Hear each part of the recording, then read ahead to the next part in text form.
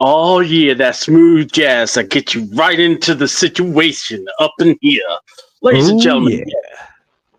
I'm a Welcome little to bit confused, but it's fine. We're going to make this happen, if you will. It is WrestleMania week, and I was not going to miss an opportunity. We've got a loaded show. We got the wise man, who's our special guest. Mr. Craig's in the house, and he's always representing the one, the only tribal chief of the team, Mr. Ladarius Brown. Like I said, my soundboard's not working just yet, but we're going to get everything working here once the computer kicks over. So, how are you guys doing? And are y'all ready for WrestleMania? Always ready Hey, for WrestleMania. awesome, awesome, awesome. Mr. Tribal Chief? Hey, Ladarius. I'll let my wise man go first. Well, speaking on behalf of your tribal chief, I have to say that he is always ready. You know, your tribal chief is not someone to be taken lightly in any situation. So he's a man of few words unless you get him riled up, as we've seen lately. But speaking for myself here, you know, this is sort of the Super Bowl, a very extended Super Bowl these days of professional wrestling. You know, Yeah. WWE is still king. They've made it 2 days. One day might be a little bit better than the other, the way things are looking right now. You know, we could probably talk about that at some point here, but it's really exciting. And even my kids, who they have varying ages, but you know, they have different wrestlers that they like, and you know, they're excited to see it for whatever they'll be able to actually stay up and watch, given the time frame that WrestleMania takes place. But it's exciting time. Awesome, awesome. All right. What about you there, Ladarius? What are you thinking? How are you feeling about this WrestleMania season? Well, you know, first and foremost, excellent job by the wise man is all. You know, listen, I can't top the wise man. I mean, he's a Hall of Famer. Sharp, you know. Look, I'm excited. You know, I'm gonna be a little busy, but you know, I take a little time out the schedule, talk to the wise man, see was he available. Because quite frankly, if he didn't show up, I don't know if I'd show up. Because Well, ignore what you saw on Monday. That was circumstance. Now, no Dr. Pepper. That's what happens. We get it. so you know everything's going to be okay, and we don't listen. That was a show of love. So clearly we're all good because he's here, Yep, yep. and I guess we'll talk about wrestling. So if you're an AEW fan, you don't have to watch this episode. So, I mean, we'll talk about them too, because at least a couple of sources has been leaking this out. So Mariah May. Now I don't know about the rumor that she's request her release. I don't want to talk about that because, you know, honestly, you start spreading that one, that's where people start getting buried and putting in Guantanamo Bay. We don't want to do that to people. So let's just bring it like this. We have Mariah May, who is potentially, her contract will be up November, maybe a little sooner. We don't know. Y'all, she's 26. And apparently she wants to work in the WWE. So if that's the case, one, how big of a blow if this is a blow, but also if you're AEW, you really need to try to keep this one, right? We'll start with Wise Man, then we'll go to Ladarius, and then, you know, come around. What say you guys? I certainly think that they have to try to keep her. You know, it's kind of interesting. She was with NXT UK once upon a time, and we know what happened, you know, with the big fallout on all the people that they lost when they got rid of that area. And she ended up, of course, in AEW, but she's coming to her own as someone that, you know, whether it's the Tony Storm rub that, you know, people get from just working with her, and that amazing, probably, in my opinion, the best thing that they have going for them in terms of an ongoing storyline in AEW, whether it's part of that. But from what I've seen, she grew in her time there, which, you know, not everyone does, unfortunately. Would the WWE want her? she's a known commodity. You know, we'd have to see what they do with her. You know, there's just so much talent in the WWE right now. She'd probably have to go to NXT. But even when you look at NXT, there's just a pile of amazing women. So my concern is always, you know, someone like that younger comes over. Are they just going to get lost when they're not just a household name themselves already in the wrestling community? Totally get it. What say you, Ladarius?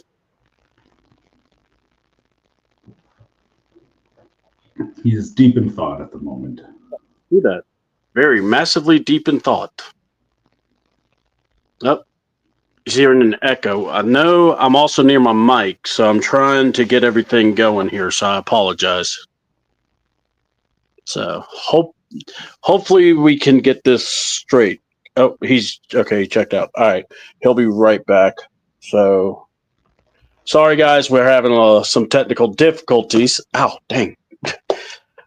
I'm trying to get my computer up. So we're still dealing with that. So, all right. So I will say this, like what you said, Kraig, she's a talent. She really is. And I thought when she won the belt, it was like a really good storytelling that they were doing with her and Tony. But when she had the belt, they got lost with her. Yeah. And that's really the problem with AEW. There's never what's next. What can we do to continue the momentum? What can we do? It was almost like they spin the plate till Tony came back. Okay, now we could do the rematch. Okay, now we could do the Hollywood. And it's only like they think of the small bits versus, okay, Mariah's the younger one. Why are we not trying to push and elevate her? I get it with Tony, but that's where I'm looking at, you know? Welcome back, Ladarius. Sorry. Is everything working? Yeah. Well, first of all, it's tribal chief, but you know, I'll let it slide because I'm a generous person. So I appreciate that, tribal chief. I get to one charity every 5 years, so clearly I'm very charitable. So,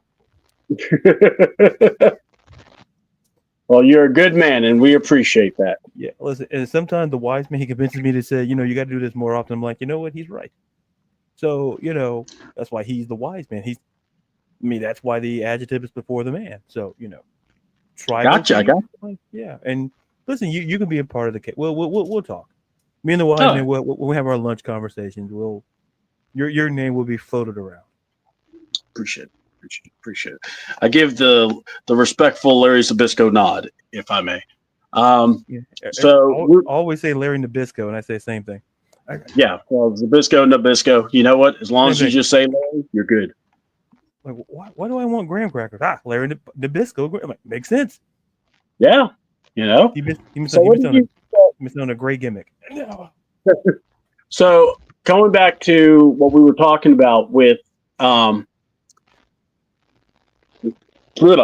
May, what are you thinking about this? I mean, you know, because I won't call it a death blow, because the reason why is I see AEW, they're going to still get talent.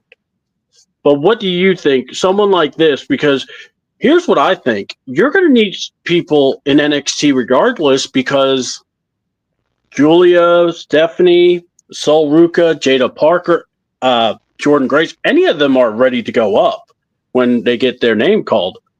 You know, Roxanne Perez, we were talking about her a month ago. So, and what they're saying, she's going to be after Mania. So, what are we thinking when we look at those women and going, okay, you get Mariah May, young enough, who could still go into NXT and kind of become a face of that whole brand and, you know, run with whatever they want to go with her on. What do you think?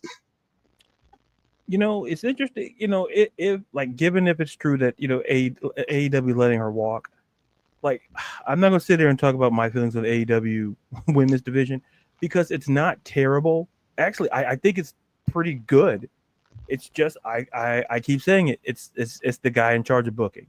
Yeah. And as long as that guy's in charge of booking and puts 10,000 belts on one person, you know, you're not going to really build it and grow. But as far as her potential going to NXT, look, you mentioned the names like Jada Parker, a part of me feels that I think if Mariah May comes, it could be on an episode. It could be the NXT after WrestleMania because it'll still be in Vegas, to the following Tuesday. So, like, I'd be shocked if I see her at WrestleMania because Chelsea Green is the only one that doesn't have a match, and my Chelsea Green merch came today, so I might be wearing that for tomorrow's show. Maybe a reason for people to stick around. But if you don't stick around, that's fine. I don't care. I'm not getting paid by the hour. But we would want them to stick around. well, that's one against one. Now, yeah, no sliding glass door. Just go right through the glass.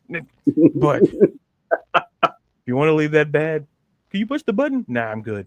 But going back to Mariah May, I think it's interesting because, to your point, NXT it's already stacked as is, and I think it's always after WrestleMania you start seeing call-ups and things of that nature. So I think what we see at Stand and Deliver will make a huge impact on what could happen to the main roster.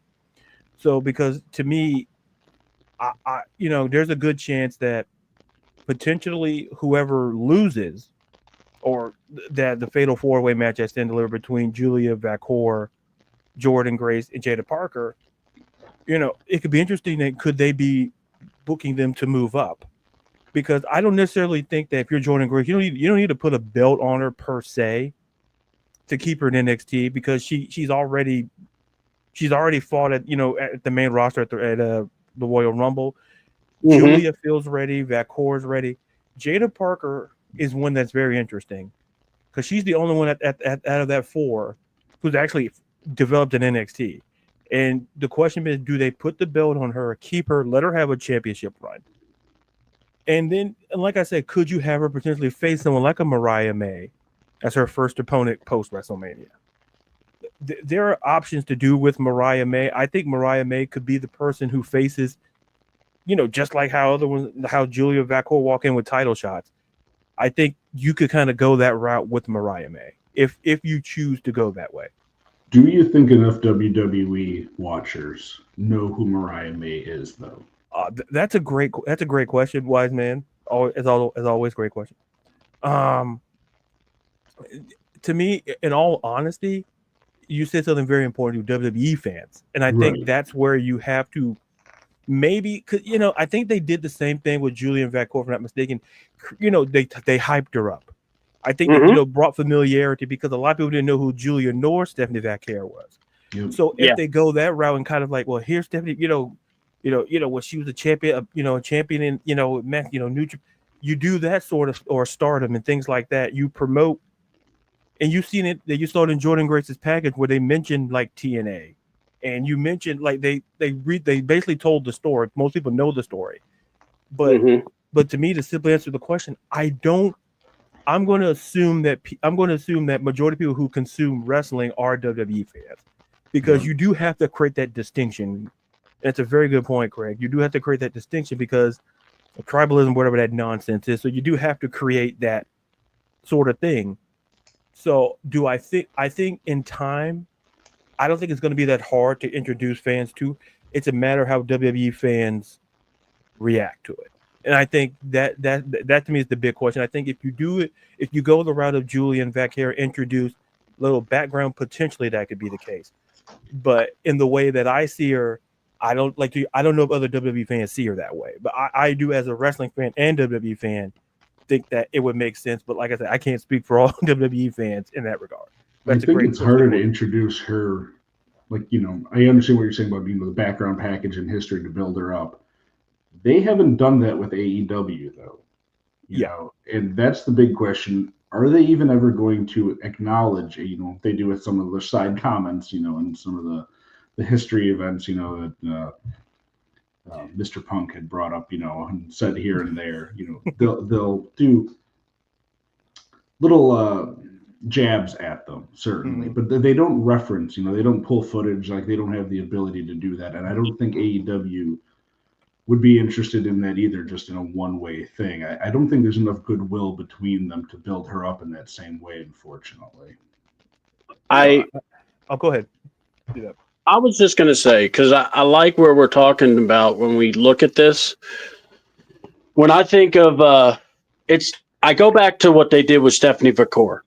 You know, she talked about how Shawn Michaels called her and basically asked her, is it about money or is it about what you want? And you have to have that in you. Now, when it comes to the fans' perspective, fans know of Mariah May. WWE fans, if you're wondering if they know of Mariah May, here's how I'm going to answer it. Ethan Page, Lexis King, Shawn Spears. Now, the reason I'm bringing their names up is they're in NXT, and they're literally making a name for themselves. They're having matches, and they're actually just coming in and being a part of the program. So if she comes in like that, I think she'll be fine. If they want a headliner, I think you could do it. I think she has that within her. I think, right, that's why I say I don't want to like proclaim her as this top, woman talent. I think you put her in, you see what she could do, and you see how you would push her, and you give her that opportunity to show what she's all about. Look, we know she can fight, she can do the street fight, all that. But you now have to push in a different direction because you're not going to have to do that in WWE. You're not going to have to get your face bloodied up and, gored up. You could get intense, but, you want to be able to go, hey, I have an ability. Guess what? I'm able to still go home and have a good time. So that's just my thinking, and I'm excited about her having an opportunity if that's what she wants. And by the way, whether she decides she wants to be in WWE or AEW, that's her decision. Mm-hmm. So I hope fans understand she's making a decision based on her income and what she wants. So if she decides whatever, please don't go at, oh, well, we didn't need you, or, oh, you weren't that good, and I'm saying from both sides, because it gets really stupid sometimes. And it's like, you want to just go, can we just be happy for this person where they wouldn't even have this opportunity, a few years ago, or 6 years ago. So I'm still working on my stuff, guys. I'm sorry. We're still doing phone stuff, so I'm trying to keep this going. All right. The more interesting one that I think people are talking about that I don't see happening as much is the whole talk about Chris Jericho. They're talking about his AEW deal is up, and then he's going on tour with Fozzy, and like, oh, I'd be open to a return after, you talk about the stuff CM Punk said. Chris Jericho has been just as bad as CM Punk was with the stuff he said about WWE, and I don't think there's as much. Okay, name recognition, yes, but in ring stuff, there's not nearly as much value in Chris Jericho at this point as there would be in Mariah May. Yeah, here's the thing, Kraig, and I mentioned Jericho on the show. Here's the thing. Like you're right about the name rec, but here's the thing. I don't see the benefit. And I'm the type of person that if I see the benefit, I'm like, okay, even if it is Christopher Aloysius Jericho, I'd say, okay, you could bring him back. But I don't see what he could do at this point to come back to WWE. If there was a program I felt that would make sense, or a program that I felt, wait a minute, what's this?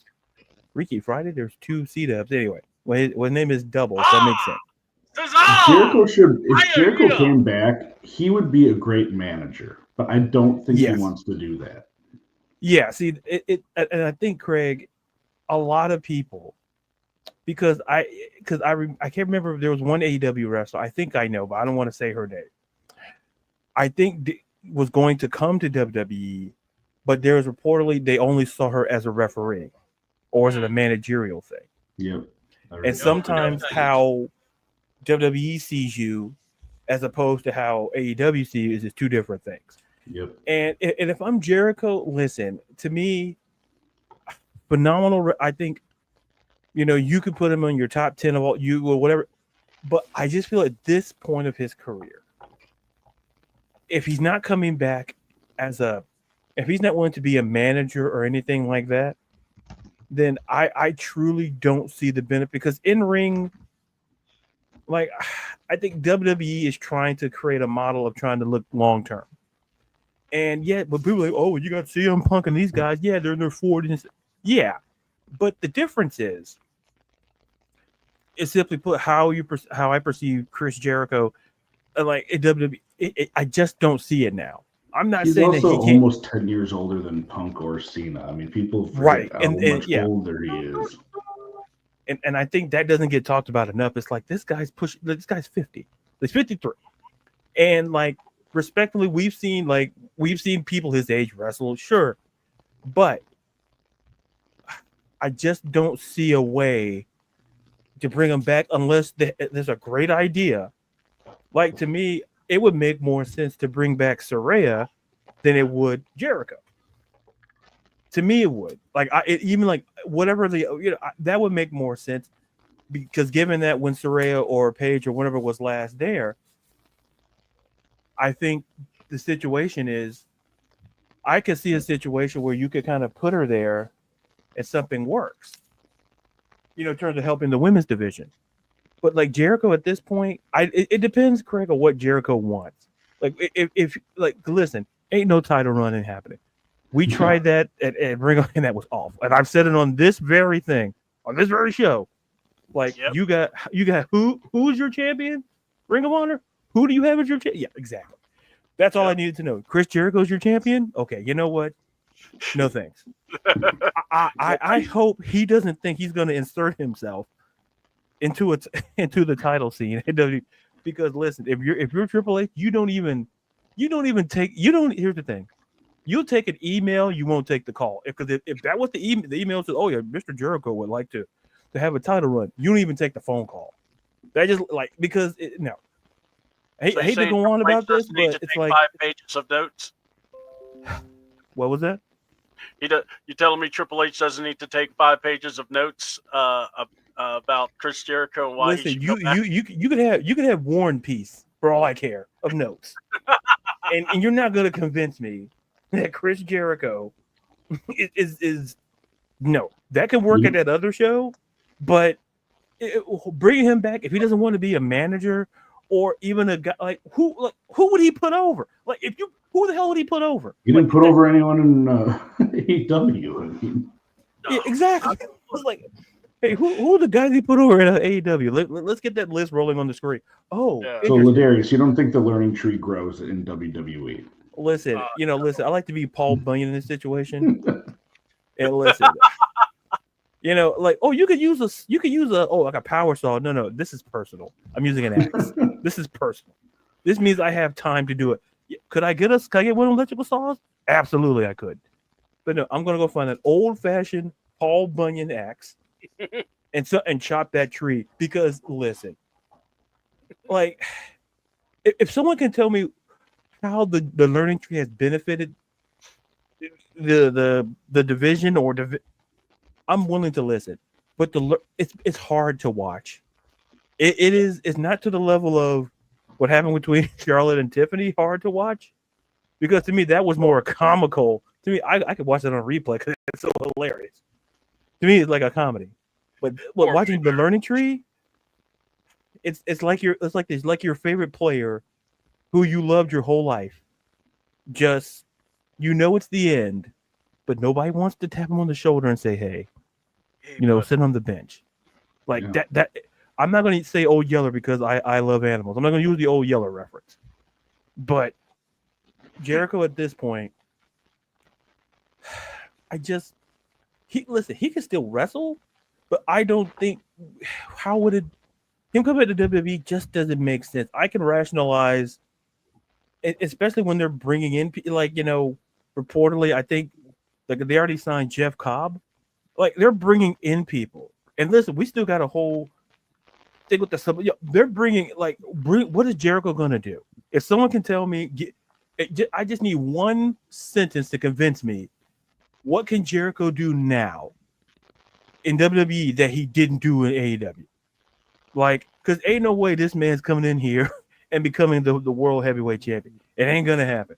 Because when that happens, let me tell you right now. Listen, all the pigs in the world are gonna fly. All the polar bears are gonna be living in Arizona before that happens. So, and I'm saying all this, and I have a Chris Jericho AEW shirt. That's how much I respect Chris Jericho. But even I tell Chris Jericho, listen, buddy. It's like the conversation I have had with Kyle Pitts. It's like, look, you got to do something. Too soon. Like, if you don't, then you make it hard for me. It's gonna be like The Godfather. With Michael Corleone, like what he did to his brother, people are like, oh, that wasn't the right thing to do. No. Listen, he did the right thing. Yeah, listen, if Michael Corleone was going to do it to his own brother, like take him out, listen, someone taking out Chris Jericho, and I'm not saying do what happened in the movie, but like just have him say, like, you're done. Because, like I said, I just don't see the benefit. Unless somebody in the chat or anybody can convince me what he can do, then I'm good. But other than that, I'm sorry, I hijacked the show from CDouble. So the tribal chief, I'm used to giving long promos. I'm sorry, back to you. You're good. I was gonna just see who was gonna play their music to interrupt you, and then I would have to hurt them because we don't do that. So, all right, let's talk about it because it's been circling around. And look, I'll read the comments. Sorry, it took me a little while. I apologize. All right, so let's talk about this, guys. Not Tony Khan, but Nick Khan decided to weigh in on what he thought of AEW. My goodness. It would have been better off if Nick just would have just told. I think would have been better. It would have, for AEW, it would have been better if Nick just said, who? But, nah, he has to go, yeah, the father, of whoever owns that Jacksonville Jaguars, and they get the pretty good talent. That's good, but they call us and want to come with us. Yeah, it's pretty easy. And it's like, oh my God, low key, you just married Tony Khan, and I loved it. I mean, I'm not even gonna lie. I mean, when Petty is up to this scale, you just have to go. Arrivederci. I love me some Petty, and that was yes. Petty. Oh, that was really petty. Hold on, that was so petty. You just go, ooh. And you really don't want to say nothing. But don't worry. One of the AEW soldiers did. Ricochet said, these people suck. Ricochet, look, Prince Puma, you need to go back to Prince Puma and learn how not to talk. I liked you when you never talked. You know what I like about Javon Evans? He could talk. Ricochet couldn't. This man can't draw fleas to crap. And I said crap, not dookie. So, right there, I would take Javon Evans. This man can fly. This man, he does everything that they wish Ricochet could have done. This guy has no charisma. And then he wants to be the one to fly the AEW flag. I guess because Dax is a heel, he can't do it. But deep down, he probably called Ricochet and go, I love my family. And sure enough, Ricochet says, say less. Talk about your family. That's going to get you over, man. and Ricochet said, say less. I got this. Oh, dude. Sometimes people need to not talk, especially when grown folks are talking. Now, I will say this. I thought Nick Khan did come off kind of stupid when he made the comment of, we don't bench players or bench wrestlers or, we try to use them all. And look, I get it. And my thing is this. Don't say it because here's the thing.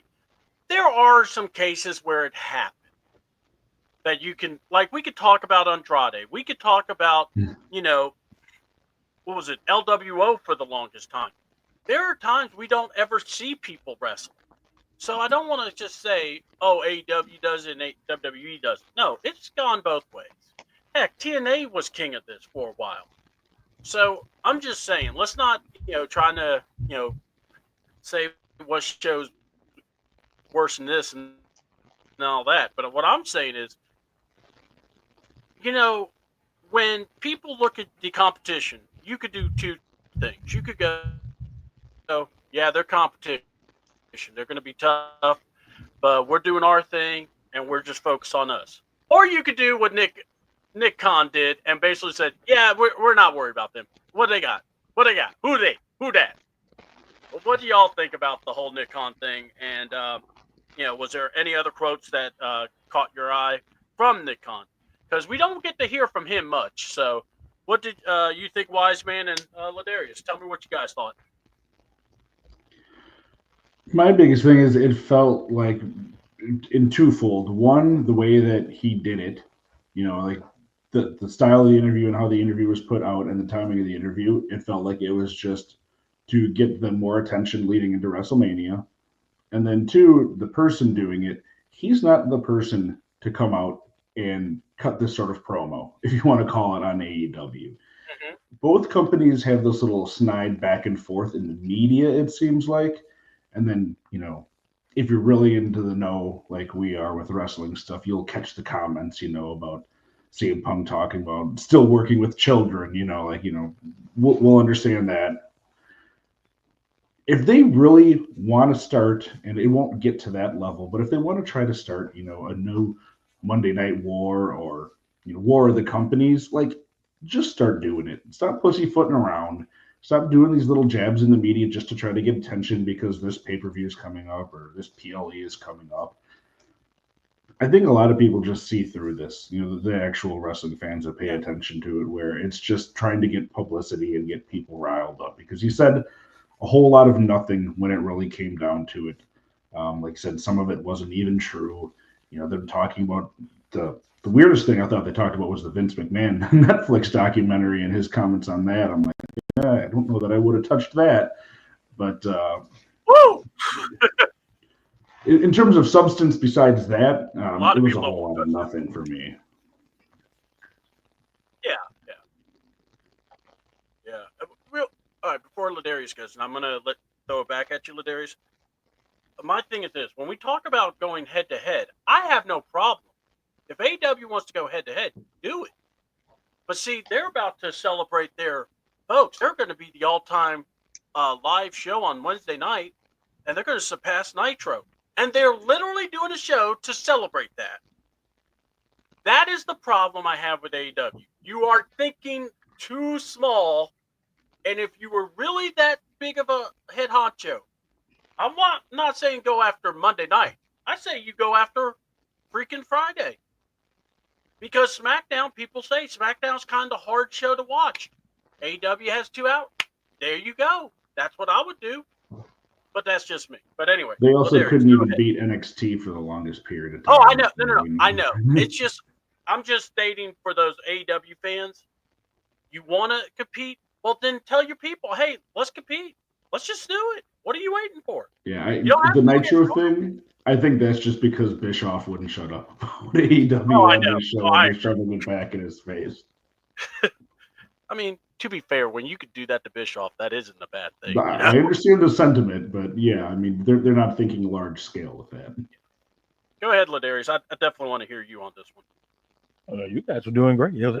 Travis was enjoying a little meal and listening. Wise man do his thing, and and just shout out to the chat, John and Denver and King Richie. Thank you guys for joining us. Yes.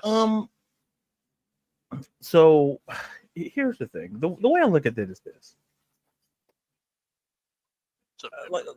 I don't read all that much into what Nick Khan said. I understand because here's the thing.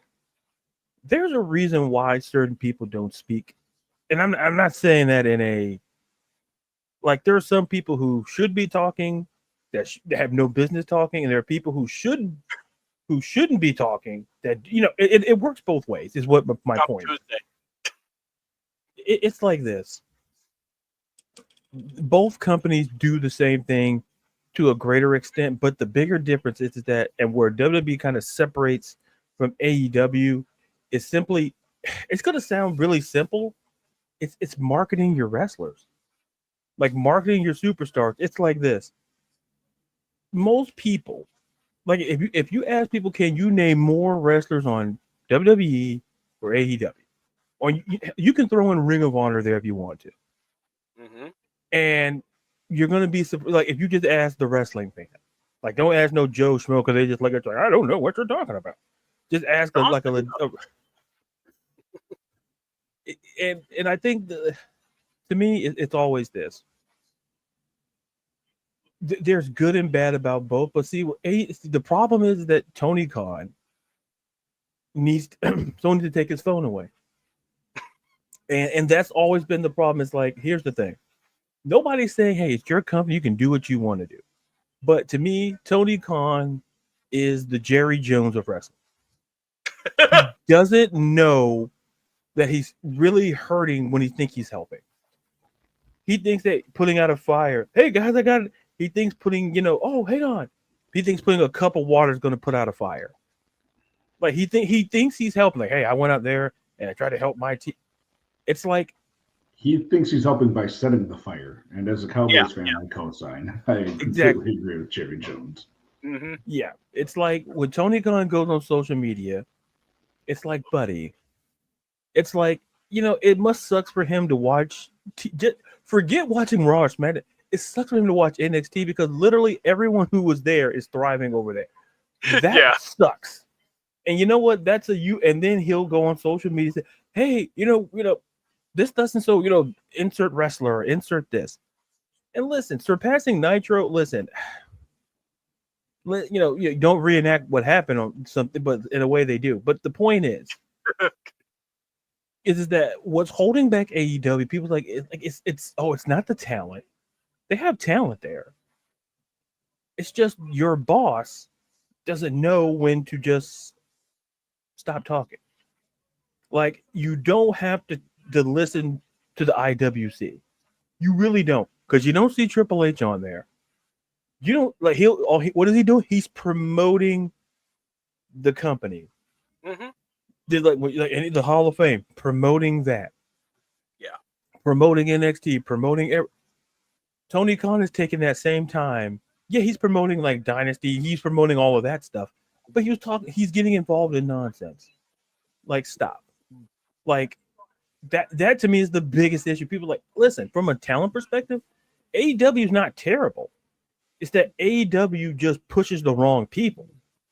It's like when you have certain younger superstars on your roster, and yet you push Chris Jericho, and then you had a program where you had the nerve and the audacity to push Jeff Jarrett. That's why I can't take you seriously. Because, like, why are you? To me, some with Nick Khan's comments, yeah, they were kind of cheeky and kind of like that. But the reality is this: what separates WWE from AEW is the person running it. Period. That's it. Is that if Tony Khan learns to stay out of his own way, heck, even he has people in the company he can help that can help him book matches. That's the part that gets me. Is that just like Jerry Jones, people in his organization that can help him run a team? I don't need him. I can do it by myself. Just because you have money and you're the owner, hate to tell you this, but I can give you at least if you whatever with any professional major franchise, 9 times out of 10, smart owners hire smart people to do the job.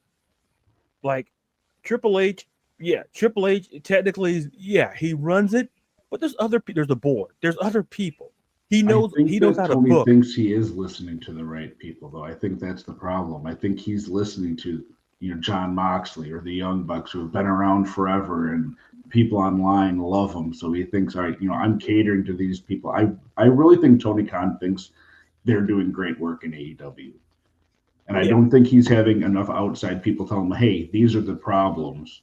He's just listening to the people that he likes, that like him, and he's letting them do what they want. Yeah, and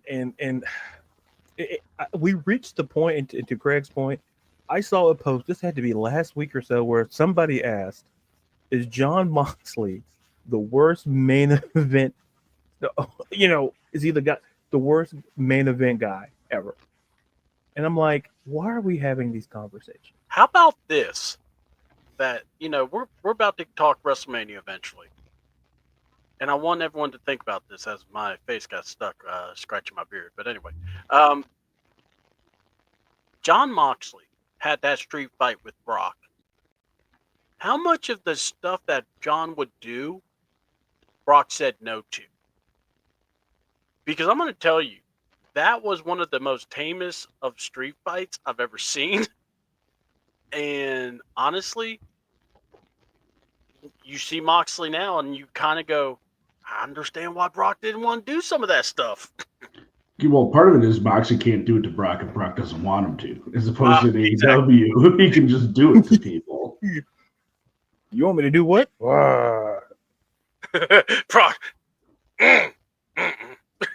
Well, that's the problem. Like, I think it was an interview with Edge recently, or something online where or Cope. Sorry, I'm using the wrong name there. Cope was talking about how, we know that people hate this. That's why we're doing it. It's like, if you're intentionally trolling your fans of your company, like there's so much of that in the world today. Like, if you're intentionally trolling the people you're supposed to represent or you're putting on a product for, you're doing it wrong. That's not your job. Your job is to be entertaining, not try to piss people off. Yeah. And I think Tony likes pissing people off too. Yeah. Well, obviously, he works. Yeah, that booking. He's doing it right. All right, let's real quick. I want to, because I got a couple of things I want to hit up, but also David Roscoe. I hope I said it right, man. If I did, I apologize. Oh no, I'm looking. I like the Expos thing. Shout out to the Montreal Expos. Yeah, me too. But do you guys think Vince is coming? Look, I don't want to see Plastic Man come back and his list of defecating stuff. But I will say this, though, over David. I like the idea of Trish Stratus versus Chelsea Green at WrestleMania for the Women's U.S. title. Boy, two Canadians fighting. Hold on. And then you have the secret Hervis. Don't forget about the Hervis, man. Oh, my God. I love the secret Hervis. Listen, boy, two Canadians fighting for the women's U.S. title. Listen. I'm like, if that's America. That's listen. Listen, I ordered my Chelsea Green shirt and I served, and listen. I trust Chelsea Green in all things. Me too. I think our country would be better with Chelsea Green running it. Just saying. Listen, if I can help serve the administration in any capacity, security, bouncing, running a bank, I'll do it. Yeah, I will. I could be the massager. I could be whatever you need me to be. Oh God, bouncer. Wait. What was the first thing you said? The secret Hervis might need some help, man. No. I'm like, Usher, take that, rewind it back. No. What was the first thing? I offer a massage. That's all. That's the first thing you would offer. That's the first thing. What's up, Ron and April? How you doing, Ron? What's up, our good people? We're gonna be on the show tomorrow morning together.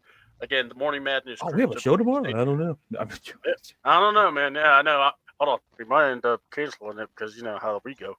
So, all right. Depending on how the after party goes. All right. I got an after party? Oh, yeah. Yeah, we're not going to be there. All right. Got to get into this. All right. This has been happening, I want to say, for a few weeks now. And I've been quiet because I kind of saw it one time and I went, okay, somebody's got an issue with people showing off, but you know what? She's just jealous because she's not on TV probably, and she's ugly. But now she kept on and kept on. And yeah, I'm saying it right now. Look, Right to Censor was great at the time. You had Steven Richards, you had Ivory, the best two of the group. Notice there were more people in that group, but I said Steven Richards. How dare you speak of the Good Father? How dare you? I'm sorry, no, I can't believe that. How dare you? The man turned. The man went from pimping. No, you can reform yourself. That man was still smoking weed. You can reform yourself. Stop it. Like, what was Bull Buchanan doing there? That's the Good Father. Like he was trying to turn it around. Did I say he do it? Did he do it? Did he do it great? I'm not going to go into that. But the point is, exactly. I like the pimp suits. Come on, man. Oh God. What? Massaging and talking about, we're doing great. We're doing real great. Get the ratings. Emmy Award winning material. You know it. ladies, pal. So, all right, look, Zoe Stark. She has had tweets of Rhea Ripley, Liv Morgan, of Bianca Belair, Io Sky, Tiffany Stratton, basically, and I'm not even mentioning the NXT women that she has a problem with. Jada Parker, Rolla Vice, and the reason I'm bringing these up is these are all women that show off, that have some assets, that look good, that you kind of want to look for, you kind of want to go to war for, and fight What? for. Whoa, go to war for? Yeah, because you know what? That inspires you. What? You look Wait, at Zoe. there's a draft? What? There's a draft coming? What Listen. ugly tree did you fall out of? I'm sorry. Go to But war she's like, for? My why God. are all these women having to be sexy? That's making our jobs harder for us. And I'm going, Jeez. I love how she's going after the women in the main event scene. That's all. Because all I got to say is Bianca earned her spot. What did you do? Liv earned her spot. What did you do? Rhea earned her spot. What did you do? Io earned her spot. What did you do? If you don't connect to the fans don't want you. I will say, Shayna, I feel sorry for her because she's having to be next to this saddlebag. But look, Zoe, if you want to be a prune, that's you. Go where the seamless took, go and get the ivory, right to censor outfit. All right. I get it. That's what you want to inspire. Look, go dress like a nun. I don't care. But please stop trying to shame all these other women when they've worked for what they've got. I'm sorry. It really ticked me off when I heard her going off on Liv, when she was going off on Io, Bianca. And I'm like, you're literally single-handedly trying to go after every woman that's in the main event scene. And you ain't done nothing. You can't even get a match with Lyra. Because it'd be crickets. Thank God Lyra is wrestling. Oh, wait a minute. Liv. Or the tag titles, which I can't wait to talk about that because I thought they did a brilliant way of booking that match. But I'm sorry. I saw it, and yeah, it pissed me off to the point I wanted to go, look, Zoe Starks, some people say the following. If you're going to say something, look at yourself first. And if you look like a baboon, like my daddy would say, if you look like a baboon's butt, don't say nothing because people will see it too. So you know what? Thanks, Dad. Wait, you want us to follow that? Yeah. Like, I can't speak for the wise man, but the tribal chief has to follow that? Like, look. Well, you know what? I'll comment. I'll comment. I mean, look, I'm not trying to be mean. It's just... No, I know you're... Oh, go ahead. It's frustrating because it's like this. This has been going on for so long. We never heard anything, and then all of a sudden we're hearing this. Like, she was shaming Rhea for showing off the bikini outfit she was wearing before Mania. It's like, first of all, that's Rhea's deal. If she wants to show it off and Buddy's got no problem, let her show it. It's not like, she's trying to tell you to show it off. My God. Can't we gotta follow that? But no, here's the thing. I'm just gonna be short and brief. Mm-hmm. I can make a case because listen, I had expectations for Zoe Stark given her work at NXT, and to me, this is an example of when you call people up a little too soon. I think another person who had that problem was Apollo Crews. Yeah. Is that when you call somebody up, it's about timing. Like, I'll give you a better example. We haven't seen Kiana James since when? Ooh. And she was drafted to, I believe, was it Raw? Yeah. Well, she had the injury too. She had like but the thing is, even before the injury, like, this is why we talk about call-ups or being important. My thing is this. Zoe Stark is not terrible. Listen, not everybody has. I'm not gonna say personality is a part of being a wrestler. You can be a heck of a. You can be a great wrestler, but not quite have the charisma. And to me, for a long time, Bobby Lashley had that problem. Bobby Lashley was a guy, listen, MMA background, could beat the bejesus out of you, but you put a mic in his hand, sweet Jesus. You didn't know what, and that's why he had MVP. He had Leo Rush for a while, and then he had MVP. And then through time, Bobby Lashley got better. Roman Reigns was the same way. Potential, upside. You put a mic in his hand, he got cooked by John Cena.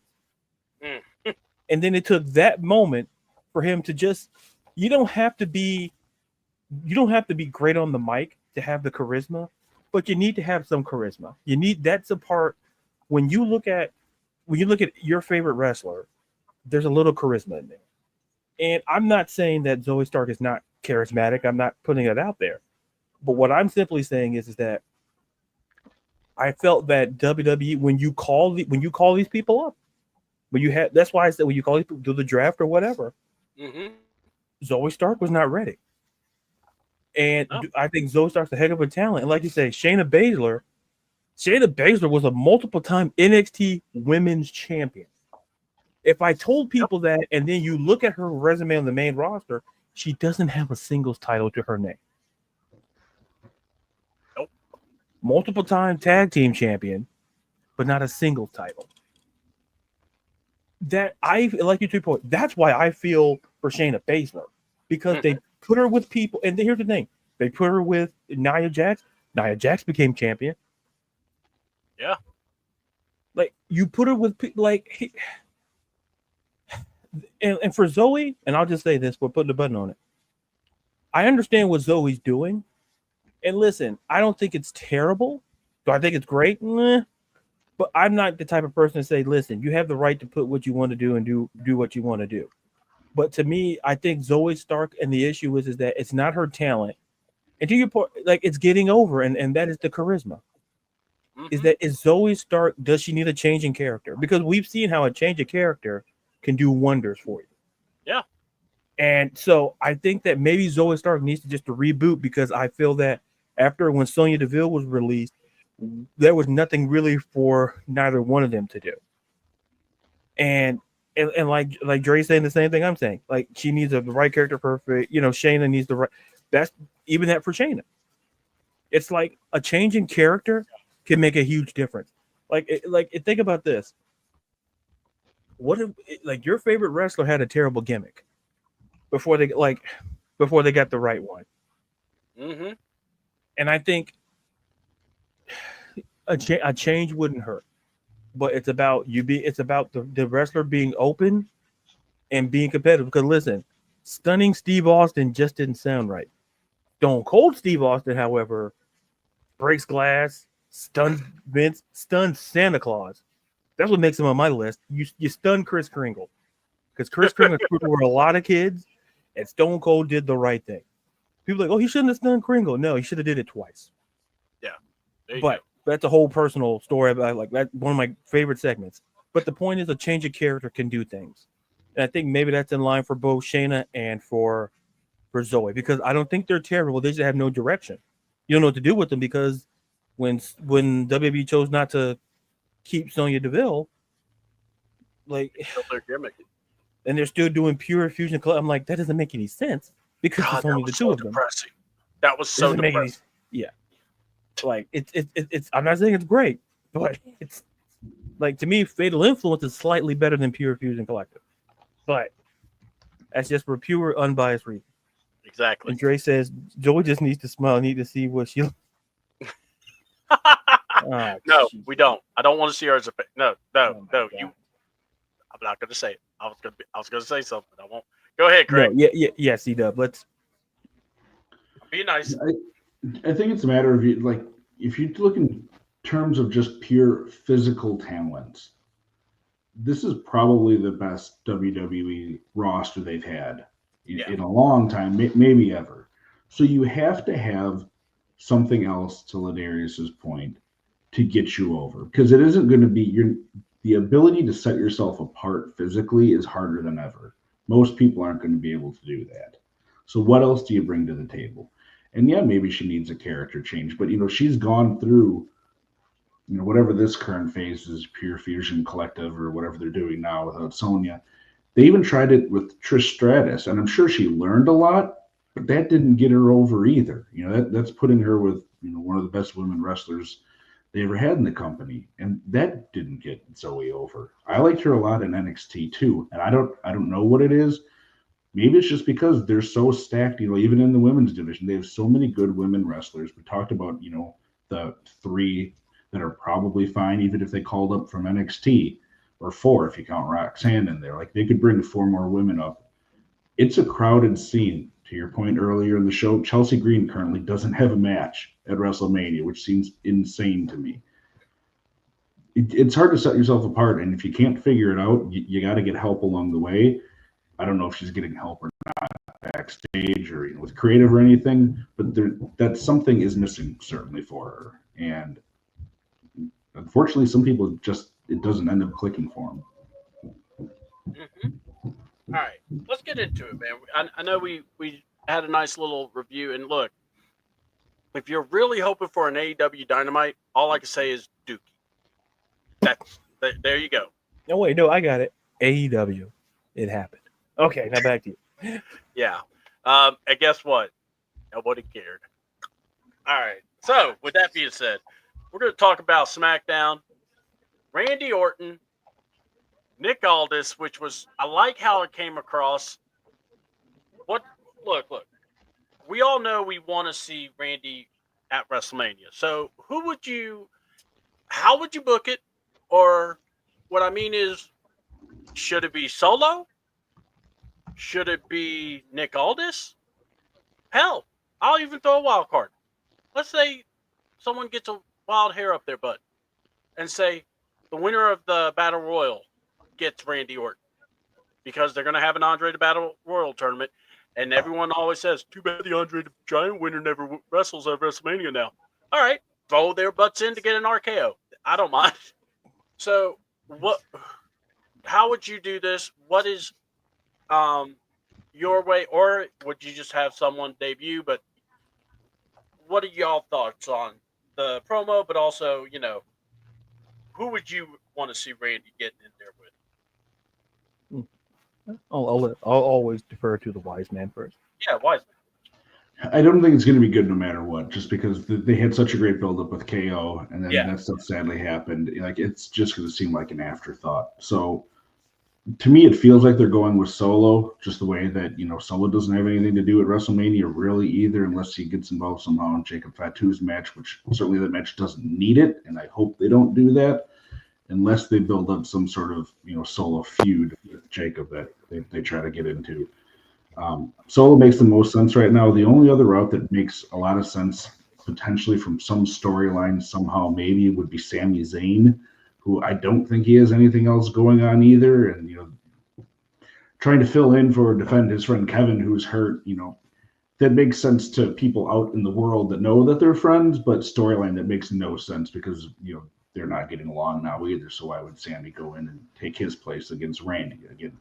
Unless Randy just wants to take it out on someone that knows Kevin, which isn't beyond Randy to do from what we've seen Randy in the past. So they're painted into a bad corner. There's not enough build-up to make it Nick Aldis, because then you're just going to have that weird tension constantly between Nick Aldis and Randy.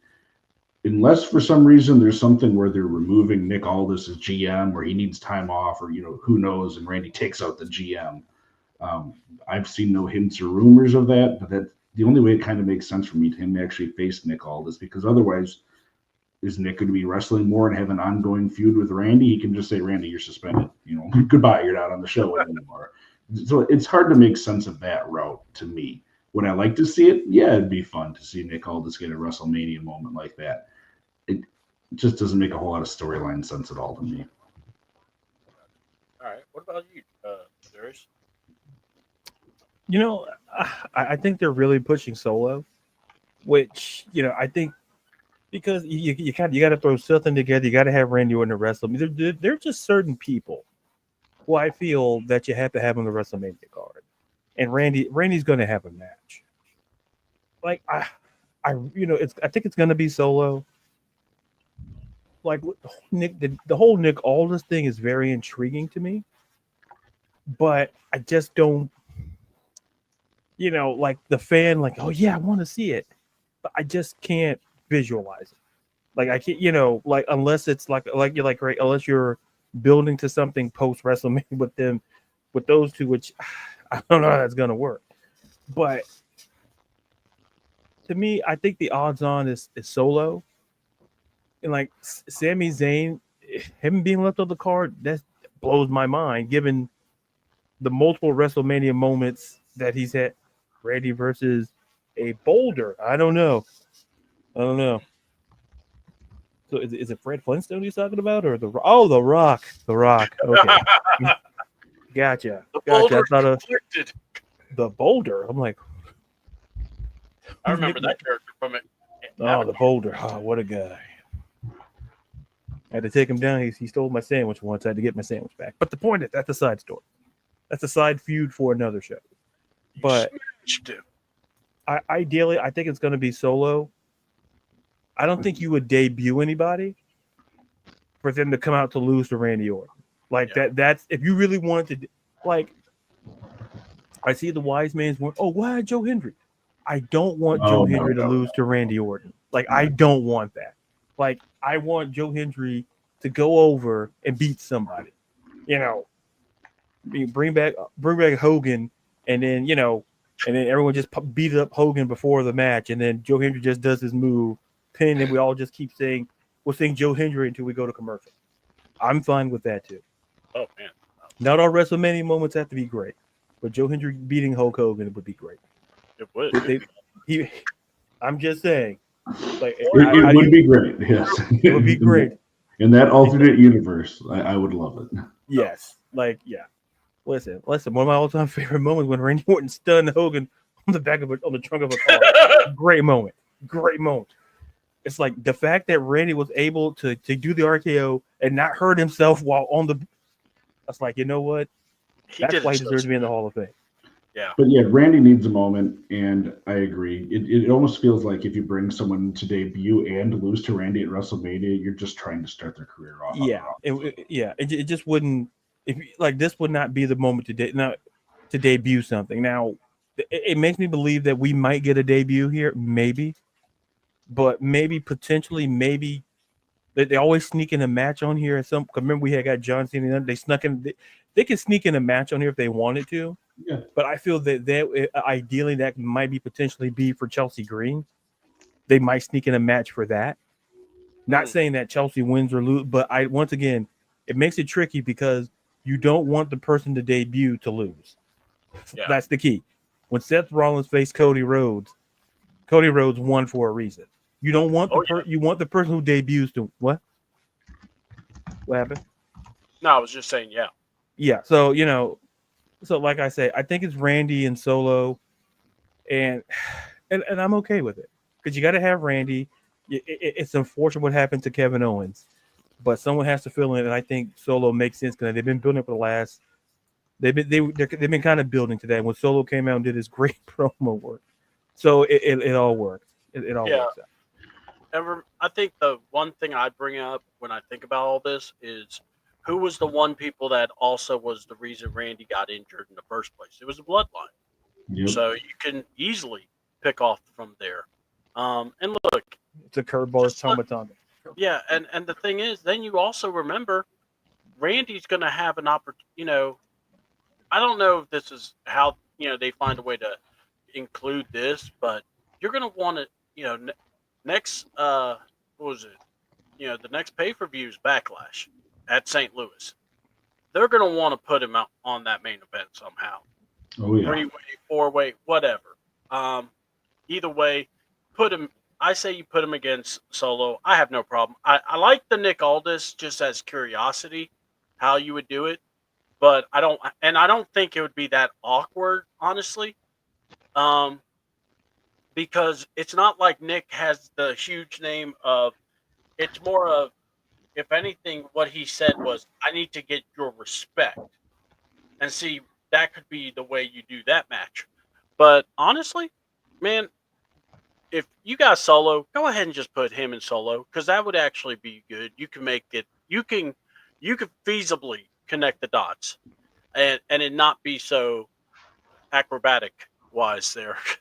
And then also the Andre the Battle Royal winner. It would be bad if someone wins it and then they lose to Randy. It's just kind of like, hey, this is a great achievement. Oh, you lost to Randy.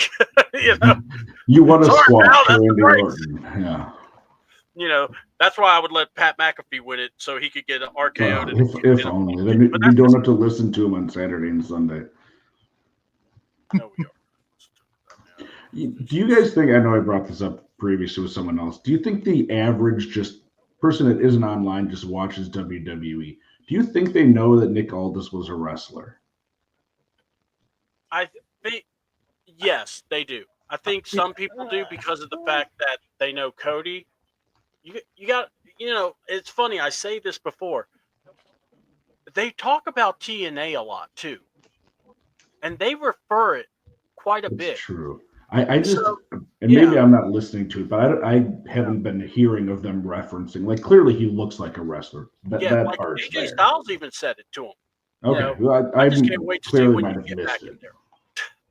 Yeah, without I think if you didn't know, like if you were just watching and you didn't know everything that we just talked about, I think people would presume that he did some wrestling based on his build. Yeah. Because I'm not gonna say we like to stereotype people. Not saying it's good or bad. Don't at me or anything like. But people say, "Oh, he looked like he used to be a wrestler." Yeah. And you look at other some folks. You look at Ric Flair, like he used to wrestle. Like you get two different reactions from a fan who doesn't know anything about wrestling. You can look at Nick Aldis and say, "Well, he stays in shape." Yeah, and you could actually do the same with Adam Pearce, actually. Yeah, like Adam Pearce, former NWA World Champion. Yeah.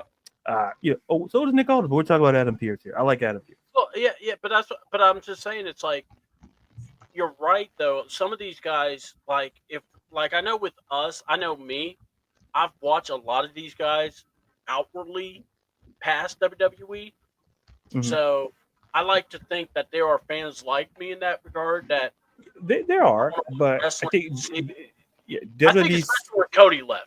That's definitely when it kicked up a notch too. Wait a minute, I have a comment to read here. Stop. Listen, look. Listen. Whoa, wise man. The wise man sometimes has to rein me in. Listen, I don't like stereotypes. People look at me and say, "Hey, your hair looks great." I say this takes a lot of work. I don't wake up with it. Sometimes like today, went to the gym. Listen, the wise man was unavailable, so I had to run errands by myself. And somehow my lunch, I end up going to the dry cleaners, and I'm like, "Hey, can I get the steak?" Like, and then I went to the restaurant and say, "Hi, I have my ticket to get my dry." Listen, stereotyping. What I learned today is this: you are who you are. Don't stereotype just because the guy who's 5'6", he can take you down. Now he could, even Steven Seagal, who, if you look at him today, you wouldn't think he was an action star, but at some point, a lot of people thought he was. So, and by the way, Jean-Claude Van Damme played an American, and he's from Brussels. So, we don't stereotype. Street Fighter didn't stereotype. It's like, oh, why can't he play Guile? Oh, well, Sean he's Connery Belgian. Played a Russian in a movie. So yeah, it's like, what? I believe he was a Russian because he was Sean Connery. Look, I don't care who he was. It wasn't the role that fit. Guile, do something. We got to get them. Like, what? Timeout. Like, listen, Ken and Wright. Like, someone has to say something. Someone Ballroom. Somebody should have said Ballroom fit. Like, it's hard to mess up like certain roles. Once again, not stereotype, but for those type of movies, you kind of got to go the stereotype route because, like, John, big star, great, I get it, but I don't recall a Belgian ever being in Street. I played the video games. Now, I did too. I don't. Yeah. Like, but you know what? Listen, but the wise man is right. I'm not stereotyping, but Street Fighter did, and they somehow still messed that up. So, all right, let's you talk. Put him in the most American role in the whole movie. I hear you. And it's like, all right. And then they have for Bison. I'm not gonna get into that either. But anyway, Oh, that was weird. Yeah. like they put shoulder pads in there. That's not his real shoulders. Like My favorite Van Dam is Rom. exactly. I Yeah. love it. That's right. And he stays high. All right. So let's talk about that first match. Was the 6-team gauntlet match. Now I got to go here. At first, this would have bothered me when you had teams that just kind of get flung together and they're going to win it all. But the way they booked Bailey and Lyra, I just loved it. I mean, because as you saw, they got better and better through the match. They beat the Sisterhood of the Traveling Nun, which was Zoe Starks and Baszler. Jesus. And then they destroyed, what's her name? Oh, they beat Maxine Dupree as Natalia just watched, which I love Natalia's work on this one. Like, She's just look, like you know, I'm with Natalia. Like, why are you gonna try to do the finisher and then somehow you get schoolboy pin? That to me, that's hilarious. and you did it wrong. Yeah, it's like, was it perfect? No, but was it hilarious? Yes. Yes. Look All what I right, can do. so- Like Natalia, I can do it. We'll see. They beat Katana Chance and Carter and Chance, and then they beat B-Fab and Meechin. And look, if you were surprised they beat Meechin and B-Fab, I got some ocean front property for you. But anyway, the Secret Harvest, when they got to there, I was really excited because I enjoyed the Secret Harvest. Kind of wanted them to win. I'm not even gonna lie, but those two nutballs, along with I mean, and I love Chelsea. We'll talk about her in a minute. But what did y'all think about this match? And you know, how do you feel about Bailey, Lyra going against Liv and Raquel? And we'll start with the wise man. Go to Darius afterwards.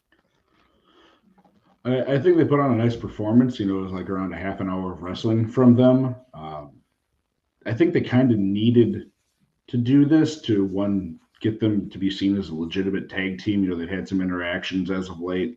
Like you said, CDouble, I think they play off each other well and they're building it nicely. But it almost had to be Lyra and Bailey because, like we said, Chelsea isn't on there. Otherwise, like Lyra wasn't going to be on WrestleMania card either. And it's a weird way to fit a champion into another match. But I think the buildup was nice. I thought it was really good to show them off. And, you know, the last match of the matches of the gauntlet was really well done. I mean, the two of them versus the Secret Harvest was great cinema. So I enjoyed it. All right, go ahead, Darius. You know, what I loved about this is that you got a nice mix of teams. But listen, Bailey, there's chemistry there. And in a women's division that lacks tag teams, you kind of have to, and you kind of saw that in this women's tag team. You kind of saw that in this gauntlet. But what makes Bailey and Lyra work is that they're opposite. You have this young, and then you have this veteran presence. And listen, and it's a formula they use. They used it with Maxine and Natalia. And it's like you put people together for chemistry. And I think the fact how it's not so much how they won, it's how they won that makes it great. And in the various ways that they won. Because listen, the only real, like, if you want to say two, like maybe the one natural tag team was Kaden Carter, Katana Chance. Like we could say, oh, Baszler and Stark. Okay, fine. But for Bailey and Lyra, it makes sense because when they fought each other, there was a chemistry. When they fought with the women's Intercontinental title on Raw, you saw there was chemistry. And then knowing that they were going to pair up Friday for the tag team, it's like it fits. And it's one of those things where you look at of those competitors, you go, I'm okay with that. And there's no disrespect to the other women in the tag teams in that match, but that felt right, and the way that they did it made it better. And so, like I said, the women's tag team division needed a boost. And I said, listen, Bailey's not doing anything, and Lyra, you know, I think they're holding off the Intercontinental thing, you know, post WrestleMania. I think we may get, you know, I guess there may be a run after it. They may end up winning the tag belts. That's how I'm leaning toward right now. and to me, it would not upset me because sometimes you can have championship fatigue, and I'm not saying Liv and Raquel are not, yeah. And that's another option because I thought Bayley was gonna to beat up Lyra after their Intercontinental title match. I thought, oh well, but then Bayley came back in the ring, shook her hand, and whatever. But a part of me feels they could win unless something convinces me otherwise. It really depends where they're gonna go with really Liv and Raquel should they retain at WrestleMania. That's the only question.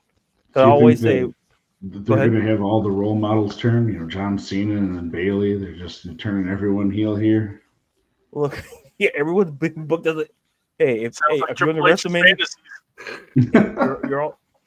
you're all heel tonight, pal. What? Yeah, hey, I don't write the rules. You're literally booking the show. It's like, awesome, I'm a heel. No, you're a face. Aww. Right. Bianca's like, oh, I'm going to be a heel. Yeah, we all kind of knew that. So I'm like, girl, you kind of sold that a long time ago. Wait, she didn't know. What do you mean she didn't know? She came out all white. The next thing you know, they're going to tell me they think Catwoman was a face too. Wait, you all thought? Come on, guys. Come on. Catwoman would turn on Batman so quick. But anyway, but that's my opinion. Like I said, I don't want to see it. If they were going to pull that turn, I think they should have did it after the Intercontinental title match. But Bayley and Lyra make a great team. And given the state of the women's division, I wouldn't be shocked if they put the belt on. Yeah. So it was a great gauntlet. Overall, you saw a nice mix of teams. And so it was very enjoyable to watch. Awesome. Oh, God, Devlin. See, that's my fault for breaking. Jesus. Meow. I'm just the guy at the bowling alley who just sets the pins up and you guys just knock it down. That's what I do. I don't know. Look, I get it with the Bayley turning, but look, BBL Bayley is amazing. Stop. Get on to her about first of all. What? She's got the curves, man. I know what you're insinuating, and no. It's not too late to book a match between you and I. It's not too late. I got the wise man here. He knows people. We're going to be going down the wrong turn of events here if we keep going down and winning. It might turn on us. So. Exactly. And I'm like, the Tribal Chief had 2 matches at WrestleMania on 2 different nights. I'm going to be double mad about that. It would have to be done for the sake of for you, it's principle. The other match is personal. But, all right, so let's talk about this. What's up, Sid? We got Sid. Sid Ahmed, boy, you're throwing a lot in there. Yeah, man. Sid Ahmed Bischoff. Hey, look, if y'all watching us versus Dynamite, that's good because that's what we'll be more entertaining and tell stories better. All right, Priest was coming out to do a promo. We had what was it? Full Metal Snake, Drew McIntyre with the eye patch come out, attacked Priest, and then lets everyone knows that. No, Dynamite's not on right now. Don't worry, that comes on at 8. You ain't missing nothing. Devlin, you're good. All right, and what's up, Ryan from Ryan Birdcage? How are you? You might not see Dynamite, but no one misses it. Yeah, exactly. Trust me. You kind of go, oh, it happened. Yeah. Listen, plus, you could watch the whole show on Twitter. So exactly. Yeah, just Tony Khan's going to talk about it the whole time, especially when he. Dave Meltzer gave everything 5 stars there. Yeah. Like shit. There we go. We're going to also. Death Riders versus the guy in the 3rd row. 5-star match. Wait, what? Yeah. Hey, you never know, man. That guy in the 3rd row may take out Moxley, make him tap like he did that tournament. Yeah, the Rizzler will pin Moxley. That's where it's going. Yeah. Yeah. Specifically, schoolboy pin. Oh, God, I would love for him to stiff the kid. But anyway, so we're going to get a street fight between Priest and McIntyre. I love it. That's what we needed, was a stipulation for this match to cook. But what do you guys think about this match? And, what do you think about now Drew having both his eyes versus none?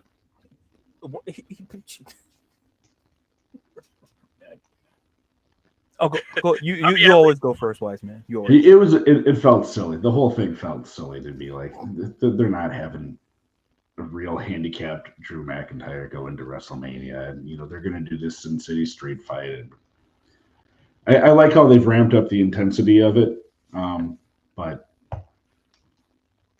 it felt silly to me. I'll say that. Okay. What say you there, Listen, I'm just glad Drew's okay. Getting glass in your eye is not good.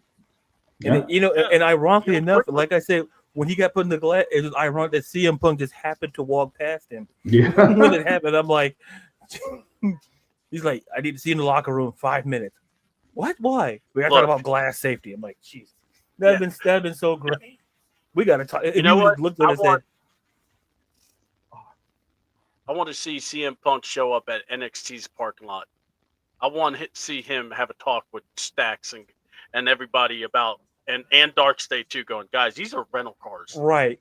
Listen, I'm not too far from there, and I'm like, listen, it makes me not want to go there now. Like the parking lot is that dangerous. Like during the day, oh yeah, let's go by there. Listen, when them street lights come on, listen, just like they used to go in the house when them street lights come on.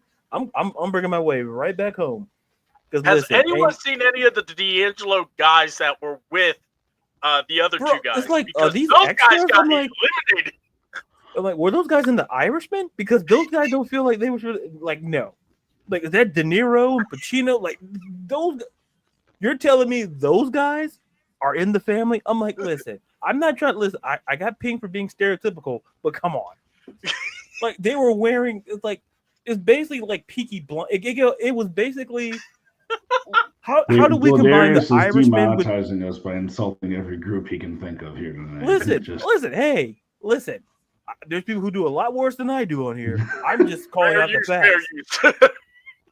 It's like when I saw those guys, I'm like, what? Did one have a lead pipe in his hand? Is that the Brooklyn Brawler? Like, what are we doing? I swore the I saw comments of the tribal chief That's with what I Eric was Brown looking do at. not reflect those of Wrestle Talk. Yes, you heard what the wise man said. Nothing I say here reflects. This is all wise. This is all tribal chief. Nothing to do with the brand. This is all me unplugged. I think the wise man signed the contract for me. He knows how to spell my name. So one less thing I had to read in a day. But anyway, but that was bad. Like, first of all, like the drywall job, whoever did that should be fired.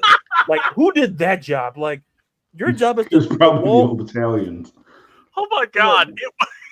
It's like, oh, let's just. And then the way they got pushed, like 4 guys need to go through the wall for you to convince me. No, I just need the. What was so great? They went through the wall, but then a couple of them come out and go through the door right the next door. What are we doing? I'm like, that's almost some classic APA stuff. Remember with the invisible door that they had, but just like the other way. Hey, knock on the door. Oh, sorry, my bad. So, yeah, exactly.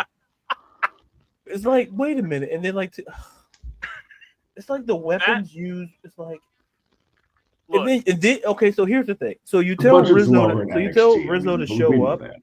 Yeah. You tell Rizzo to show up. Hey, you got to get out of here. Then why was she there in the first place? Thank you. Why? You basically you could have just said, "Hey, stay in the car." No, you literally bring her out. It's all of you there. Hey, Riz, get out of here. Like, wait, what? They're playing into the stereotypes too. Like, there you go. Right there, you go. You see, Craig, I'm not doing it. I'm trying to be an umpire. I'm just like I love Rizzo, that she grabbed her as she had her phone. Yeah. How did the Don know? Or maybe she, I was gonna say something else stereotypical, but I'm not gonna do it.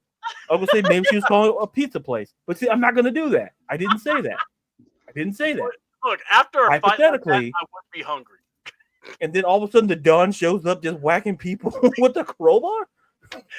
Hold on. And then he had the cops, first of all, he paid them off. So how was he able to pull in and then come out with the crowbar all at the same time? My guy was driving with that crowbar for at least 2 miles. He got down the road and said, He probably went to Ace Hardware and said, "I need a weapon." And also, he went if to they get a didn't tell the crowbar. Don about this ahead of time, why was he just driving with the crowbar for fun? Like, if he didn't know about it, why would he have the crowbar? He's the Don. He's prepared for No, everything. C-Dub. The Don doesn't do his own dirty work. I mean, Listen, let's be real. The last That's why time I he checked, The had fan club. Godfather, You remember him throwing Vito people over? Corleone did not have a crowbar. So I'm just saying, Vito Corleone did not have a crowbar. And I've seen The Godfather at least twice. And I can say for assurance that he did not. You didn't. Michael Corleone, maybe. You know, Tom Hagen maybe had a crowbar, but not Vito Corleone. I cannot wait for this match at Stand and Deliver just for the insanity. I swear, if I see any crowbar anywhere, I'm going to be like, look, Sean, you got to stop this. like, how did, somebody else is in that car and hey, here's the crowbar, Don. And then you go out there, because there's no way. Because it was just the transition from when he got out the car. He already had it in his hand. So this guy, he probably went to McDonald's, ordered a Big Mac, and then swung by Ace, got him a crowbar, and then, oh yeah, I guess I'll swing by. Oh, Riz said they need help over at NXT. Like, No. He works at the store, at the front. No. Listen, I know what stereotypes look like, and listen, I've had some stereotypes said about me. So listen, I have the right to say about it. That was awful. That was awful. Oh my god. That was awful. Do we think this is showing real cracks in the family, though, to try to get it a little bit back on? I know we're on the wrong show, but it was awful. I'm like, what? Who are they? And then the Don gets upset after you didn't have to show up. Why did you're gonna get upset? Oh, Steph, I told you we're gonna handle this. Apparently, you didn't, because guys going through drywall and you brought a crowbar. So really, you weren't there to talk peace, pal. You were there to bash heads in. Don't listen. Vito Corleone never had a crowbar. Never. There were other weapons used in that movie. I know you can't use them on the show, but there was no crowbar used. I'm done. The Godfather was never the movies were never as intense as NXT storylines. That's why you didn't see the crowbar. I love it. If Francis Ford Coppola was directing that, it would have been a lot different. That's all I'm saying. All right.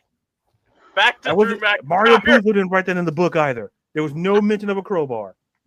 Unless you're playing the board game Clue, maybe. Yeah, close. We'll definitely be talking about NXT, because if that... Yeah, well, I spoke my thoughts about that. And if you were offended by that, I'm sorry. Hashtag not sorry. Because remember, Tony, the Don, he's like, nah, we're not going to fight it in a parking lot. We're going to do it at the biggest stage. Stand and Deliver. I'm like...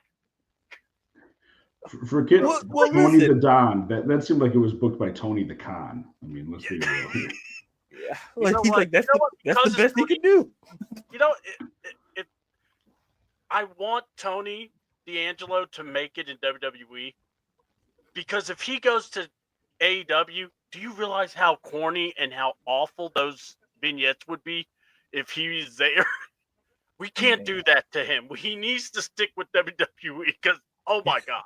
Well, listen, they'll give him all the crowbars he wants. They give him all the Hold on. They're going to be like, street fight? Yeah, we can do that. Yeah, every match. Wait, what?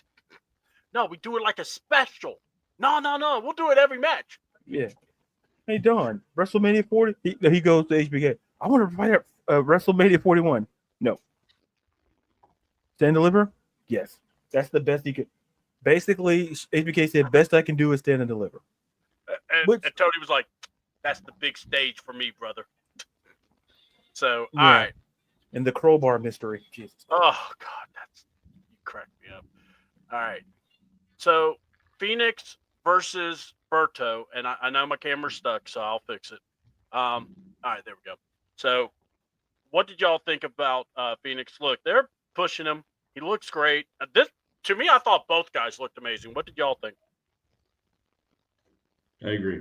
I thought it was really well done, and it seems like Phoenix has found his footing quicker than Penta did, which is really interesting given how well Penta has taken off and what's going on with him. So it'll be interesting to see where they go with Phoenix from here if he takes a similar trajectory. What say you, the Deadiest? Listen, I think both guys look great, and we know if Phoenix looks great, but for Berto specifically, he looked very well because sometimes when you're in a tag team, you get lumped up with it. But Berto looked fantastic. I think both guys look great, and listen, it's one of those things that it sucked, for Berto to lose. But listen, it was a great match for what it was. And like I said, the chemistry was important. There's like nothing really off, so it was a very good match. I mean, we got Sid asking when we were wrestling fans. When did you guys become wrestling fans? Whenever Smackdown started, so like '99, because I never had cable growing up, so I never had an opportunity to watch it before then. I knew of it, and I could see stuff at friends' houses, but no way to really get invested in it before that point. So around 99, 2000, I think it was. Awesome. What say you there, Tribal What Chief? say you, CDouble? No, I'm using my executive producer powers as the okay. tribal chief to 38 ask you. How long? 38 years. My first WrestleMania was WrestleMania 3. Oh my God, that explains the beard. That Yeah. explains a lot of questions. Yeah, I mean, look. I was a fan. First match I fell in love with that wasn't the main event was Randy Savage versus Ricky Steamboat. I thought that was one of the best matches I ever saw. And then, unfortunately, I had to see Hogan and Andre because I went, did he lose? Looks like he can't get out underneath that fat guy. And my brother was crying because he thought Hogan lost. And my brother was older than me. My dad laughed. So my dad was liking torture, so he also was the same man that hated Dusty Rhodes because he said, if that's the American dream, we're in trouble. More like the American nightmare. And I'm going, And then I'll never forget saying to him, well, what if his son ever picks that up? He goes, hope he ain't as fat as that fat ass. And I'm like, Dad, that's Dusty Rhodes. He's like, yeah, but I wouldn't say it to his face. He's a nice guy, though. Look, the physiques were just different back then. You can. Oh, I know. Listen, you can grab a 6-pack and a smoke, and you can fight. Fight the main event. It's fine. Listen, Look, Dusty was hilarious. Listen, Dusty's the type of guy. Hey, he had himself a nice homemade dinner, went there, fight Volkov, and then went home. That was him. That was it. I will never forget when he became the common man. He's wearing polka dots, and all my dad kept going is, you mean Vince just put him in polka dots? That's funny. I'm like, that was a punishment. I mean, people didn't know that at the time, but he got it over. I'm like, oh my God. You see, All Vince? Right. Let us talk about the greatness of the United States Women's Champion, Chelsea Green. She was hilarious trying to urge her secret herpes to recover. Oh, by the way, I just said my favorite years. What about you, Ladarius? I'm so sorry. No, it's okay. No, they liked your answer. No, I'm good. No. What's yours though? I want to know. Let's talk about Chelsea Green. I'm good. I want to know yours. When did you start watching wrestling? Let's talk about Chelsea Green. Okay, I apologize. No, you're okay because Sid, he appreciated the answer. So my answer, I'm a tribal chief. I don't have to answer every question. I'm kind of intrigued now. I don't. Listen, the wise man knows I answered. There's one question in the show I don't have to answer, and that was the one. Okay. Your tribal chief has never actually watched any wrestling. He just listens to it and then just can imagine in his mind what happens. So. It's like classical music to me. It's like Beethoven. Okay. So I don't have to see Beethoven or listen to wrestling longer than I have. So you know what? Yeah. Well, no. I guess okay. I've been a fan since because my mom got me the Ahmed Johnson action figure. I remember. So you can if you want to put an age on that, then go round ahead. So what? Would that be 96, 97 maybe? A little bit before that, because I was watching him for a while. Yeah. Okay. Yeah, because I remember Ahmed Johnson, and I'm just trying to remember. I remember Pete Johnson, which not really many people do, but yeah. So hold on. So, and Sid here yeah, says that kind of fits about me as well. Like I say, it was because because like I said, I remember. I'm not going to say anything. I've already offended a part of the great Italian community. I'm going to offend some more. So we're just going to. I had a story, so we're not going to tell the story. So I had a wrestling story, but we don't have to tell the story. Well, you can tell the story. No, we don't. Listen, you're trying to get the Tribal Chief canceled. Here's the main event to think about. That could be my last match ever done. And they're gonna bury me between like chairs and crowbars. I'm like, look, after what I saw those guys went through, after just getting beat up by the Dark State, I don't think they're coming for you. Oh my God, that one guy! It's like you know how they show like a victim. It he was just looked listen. Like he was a victim from SCU. It's Listen, like, I said what I said, and listen, if Francis Ford Coppola was directing that, it'd have been a lot better. oh yeah, It'd been a lot better, and the whole crowbar, like he just came. I don't think he put the car in park. He just jumped out of the car. That's another thing. You're right. Like the parking job, like Oba Fibi pulled up, like the park. It's just how do you park in there? It's like we like the kid. Some of these If guys. we're gonna get the Francis Ford Coppola version of NXT, we need to get the Shawn Michaels version of The Godfather. We got to do a home and home swap. Oh man, how long? I think We Shawn cut that movie in Michaels half. I think we can. I want to see the WWE or NXT driver's ed course. Do they park anywhere? Now that I think about it, I do want an HBK. The casting would be easy. Triple H did it. Well, the sun is rising. Like cut. This. With how much Vince loved Triple H, Vince would be the Godfather. Oh my! Oh man, he's getting done in the first 5 minutes of the movie. Didn't the Godfather last longer than the movie? Yes, he did. But who took him out? That's the mystery of that's the mystery of the movies. You have to figure out who did. How many suspects? Pretty much everybody. All right.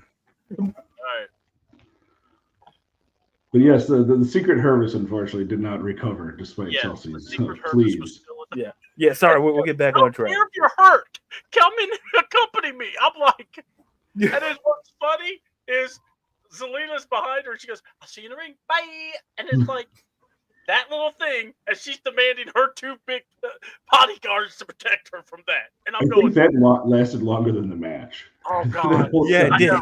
It did. The match. It did. Did a match happen? I don't recall. I know because it was a count out. Yeah. Hold on. If this would have happened in AEW, so many matches would have been over with by now. Because this ref decided to do what you should do. Count. And by the time he got to 10, Zelina gets in and Chelsea just goes, huh? It is always funny how like refs selectively remember that countouts exist in wrestling when it's convenient. Yeah, because in AEW, John Moxley, it's like, okay, let's go outside. But this is a regular match. Half an hour later, they get back in the ring in AEW. Yeah, it's like, oh, they just look, the refs look, okay, when do I take a bump? Now. Oh! I'm like, what the heck? So, but yeah, I loved it. Ever since they changed Zelina's music, though, it has hurt her, I think. Because that music does not pop for her. I mean, I'm sorry. It's Death Rebel do better. That's all I'm going to say. Because oh, God. That was getting ridiculous. We got a Roxanne Perez sighting. John Brooks. She showed up, wanted to fight. Tiffany Stratton wanted to fight. So we got a match. And, of course, Nick saying, just be professional. And I'm going, really? And then cracked out. I mean, the android, Charlotte, decided to crash out again. First, she decided to do it in the parking lot. And the best part about that, she's like beating the holy hell out of Tiffany. But Tiffany was trying to open that trunk first. And it almost looked like Charlotte was trying to open the trunk for her. And I'm going, why were you trying to open the trunk? Something's in that trunk. That's it's like, is Ludwig in there? I mean, what? Just talk to me. Yeah. What are those muffled noises? Nah, that's fine. Don't worry about it. Was that Andrade? We don't know. I hope they've let him out of the trunk, whoever it Yeah. is by now. Oh, What was so they're great? like, oh my god, he's still in the trunk. And then, and Cars then in you the had parking lot, garage. Oh my god, he's in the car. the prophets just walking around Yeah. going, "Girl, what's up?" And I'm going, That needs to be the stipulation for the WrestleMania match. Whoever can get Ludwig out of the trunk wins the Right. championship Yeah, for yeah. WrestleMania. You know what? Oh wait, I had a think key that the whole match would time. be Ding ding ding ding ding. Wait, what? You know what? Charlotte versus Tiffany in an NXT street parking lot brawl. There we go. That's how you settle this. Well, With whoever crowbars. finds the crowbar just wins, apparently. Yeah, just Crowbar on the pole match. There you go, Vince Russo. We're thinking of you. So How many crowbars do we have? Listen, I got a great deal on them. What are you talking about? I'm sure Meltzer would like that too. So, I mean, we're going for a couple different demographics. look, with that Meltzer one. doesn't watch WWE for their star ratings. He does that for AEW. If AEW did it, he'd give it 20 stars. Oh my Especially god, if it's in Will Ospreay's hand. He's like, oh, What? crikey! 5 crowbars, 15 out. Wait, buddy, It's like, whoa, buddy. calm down. I would have gave it 20 stars, but you needed more crowbars.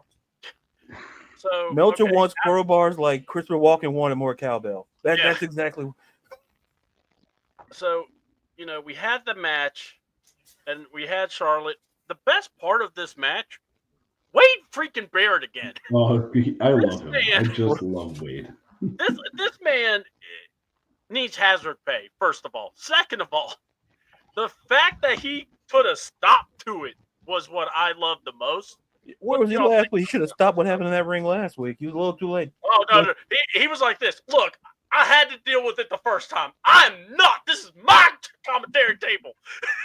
He's like, he had a chance. He's like, wait, Joe, hold my mic. Wait, what? You're wearing headphones. What? And I love how Joe, and by the way, Joe perfectly dealt with that by going, Wade, what are you doing? And I'm going, Joe, don't ever change, man. I love Joe Tessitore. He puts the right emphasis on everything. That commentary team is light years ahead of the other one on Raw, which is crazy. Oh! I think Michael Cole is on one of them. Yeah. Wise man has spoken. The know. wise man has spoken. That's what. Listen, that's why he's the wise man. Craig, you're gonna have to be here more. You're here That's more, why he- man. It just doesn't feel like it's a joke. Like Raw, it feels like everything's just an inside joke between Cole and McAfee, and you're just along for the ride, as opposed to like just actually announcing and like going on Yeah. with the show. I have said this. I know called them we're in the frat agreement. We're in boys. agreement on this. Yes, they are the frat boys of Monday Night Raw. And if you bring in somebody that changes it, oh, they don't like it. And it's like, I'm sorry. Oh, we're going to get into it because freaking Pat McAfee needs to stop. I mean, and I wish the wrestlers would actually attack him. But anyway, we'll talk about that later. I 'Cause I'm just getting want somebody thrown into that prime Drake thing. I just want somebody to be thrown in there because it has no business being. I understand you got to promote. I understand you got an agreement with Prime. But listen, someone's got to destroy them drinks. Hopefully in a street fight, you see somebody pour some of that Prime in the eyes, go, oh, my eyes. Something like that. I'm blind. Oh, get. Probably would blind you. Mm-hmm. Ah, Let me see here. what flavor is this? Mac Meals and gravy. Oh, my God. All right. Sorry, for some reason my camera got weird. No, it's okay. No. We probably offended you with the whole Mac Meals and gravy Prime drink. Oh, no. I love You Prime. probably have a case of it at your house, and it's okay. No, I hate. I don't drink Prime. I drink Coke Zero. I don't know what you drink or don't drink. That's assuming the tribe. And look, I would buy you Dr. Pepper and have it stocked for you. Yeah, you see, and then I would get you some. The wise man would know the answer, but I don't. It's all As good. we see on this show, I think, and then sometimes just talk, and then whatever bounces out first wins. So You got it. All right. So look, I think the Charlotte and Tiffany match. I'm at the point I don't care about it because I really don't want to see Charlotte win. see, I don't know about you guys, how you feel. yeah, Um, I'll let the wise man go first.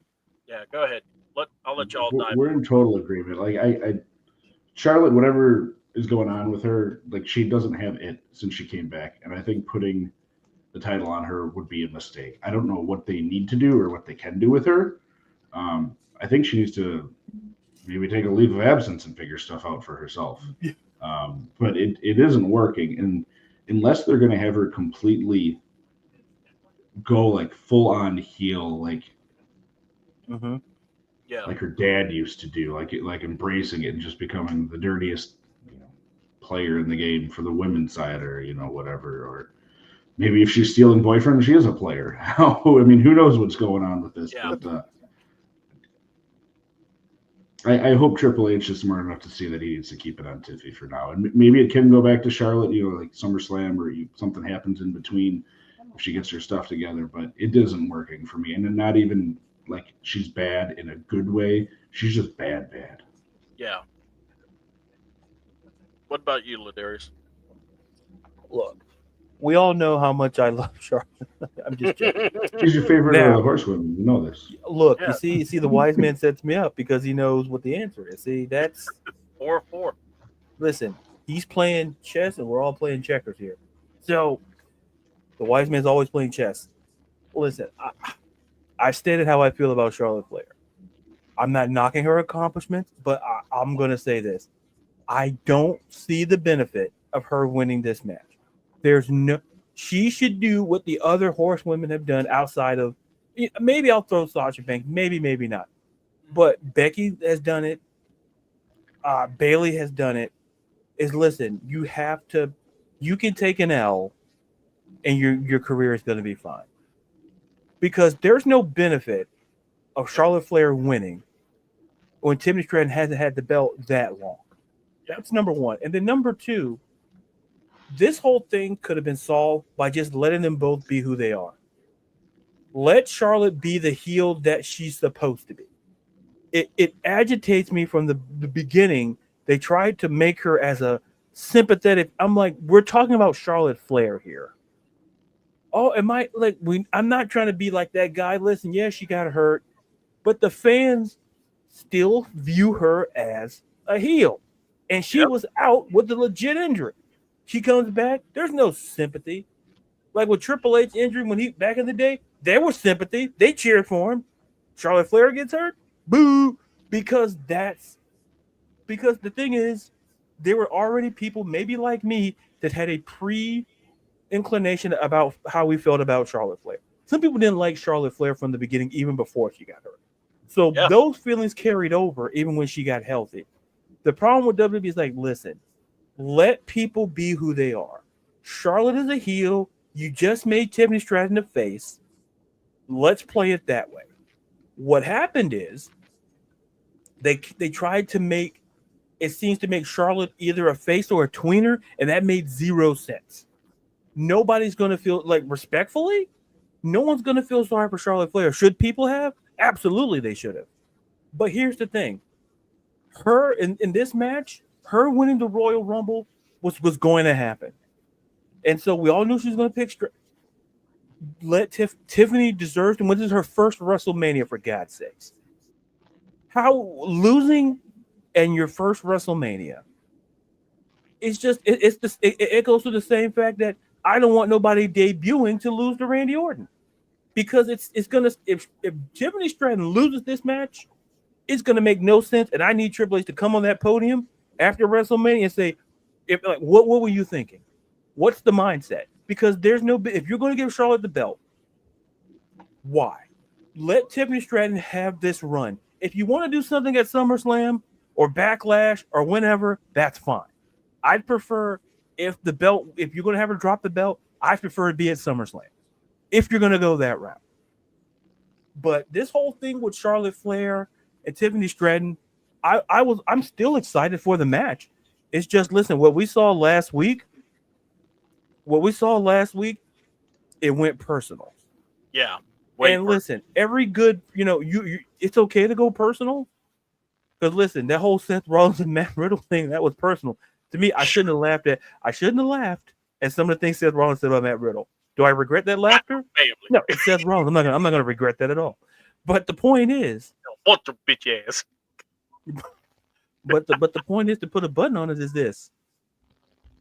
It makes sense for Charlotte to lose, take the L. It's not the end of the world. Becky took an L to Bianca Belair at WrestleMania. Bailey took an L. Like, it just like, to me, I look at this from the 4 Horsewomen perspective. Mm-hmm. You're all Hall of Famers. Sasha Banks, well, we'll come back to that at a future date. But Wonder what happened. the reality is Charlotte Flair is the most decorated out of all of them. So show me the benefit. 14 or something? Isn't it 14 times she's been champ or something? Like, it's crazy. And it's like she can break the record, but not at the expense of Tiffany Stratton. Because listen, a lot of folks were still mad that she's the one that broke Asuka's streak at WrestleMania. It broke Asuka's winning streak. People are still like, I'm not saying I'm one of those people, but I'm like, or maybe I am one of those people. But I am.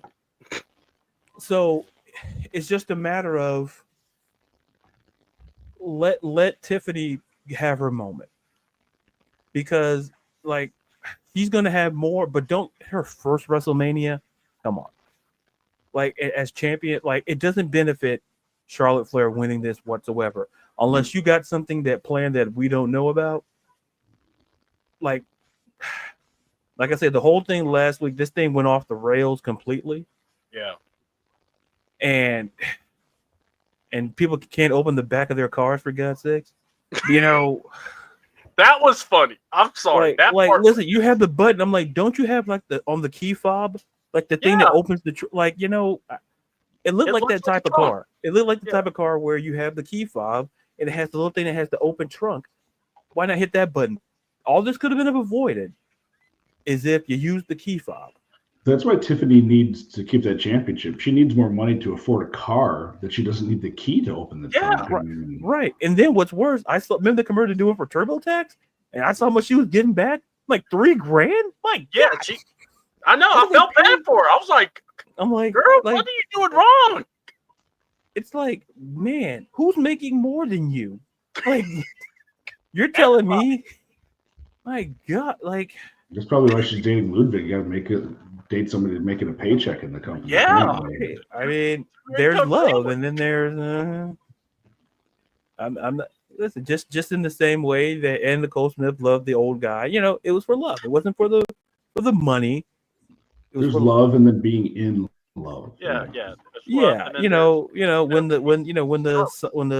that squiggly line becomes a straight line, things change. So. Right. And if the husband looked at her and goes, "Hey, you want to have kids?" and she goes, "I need to divorce you."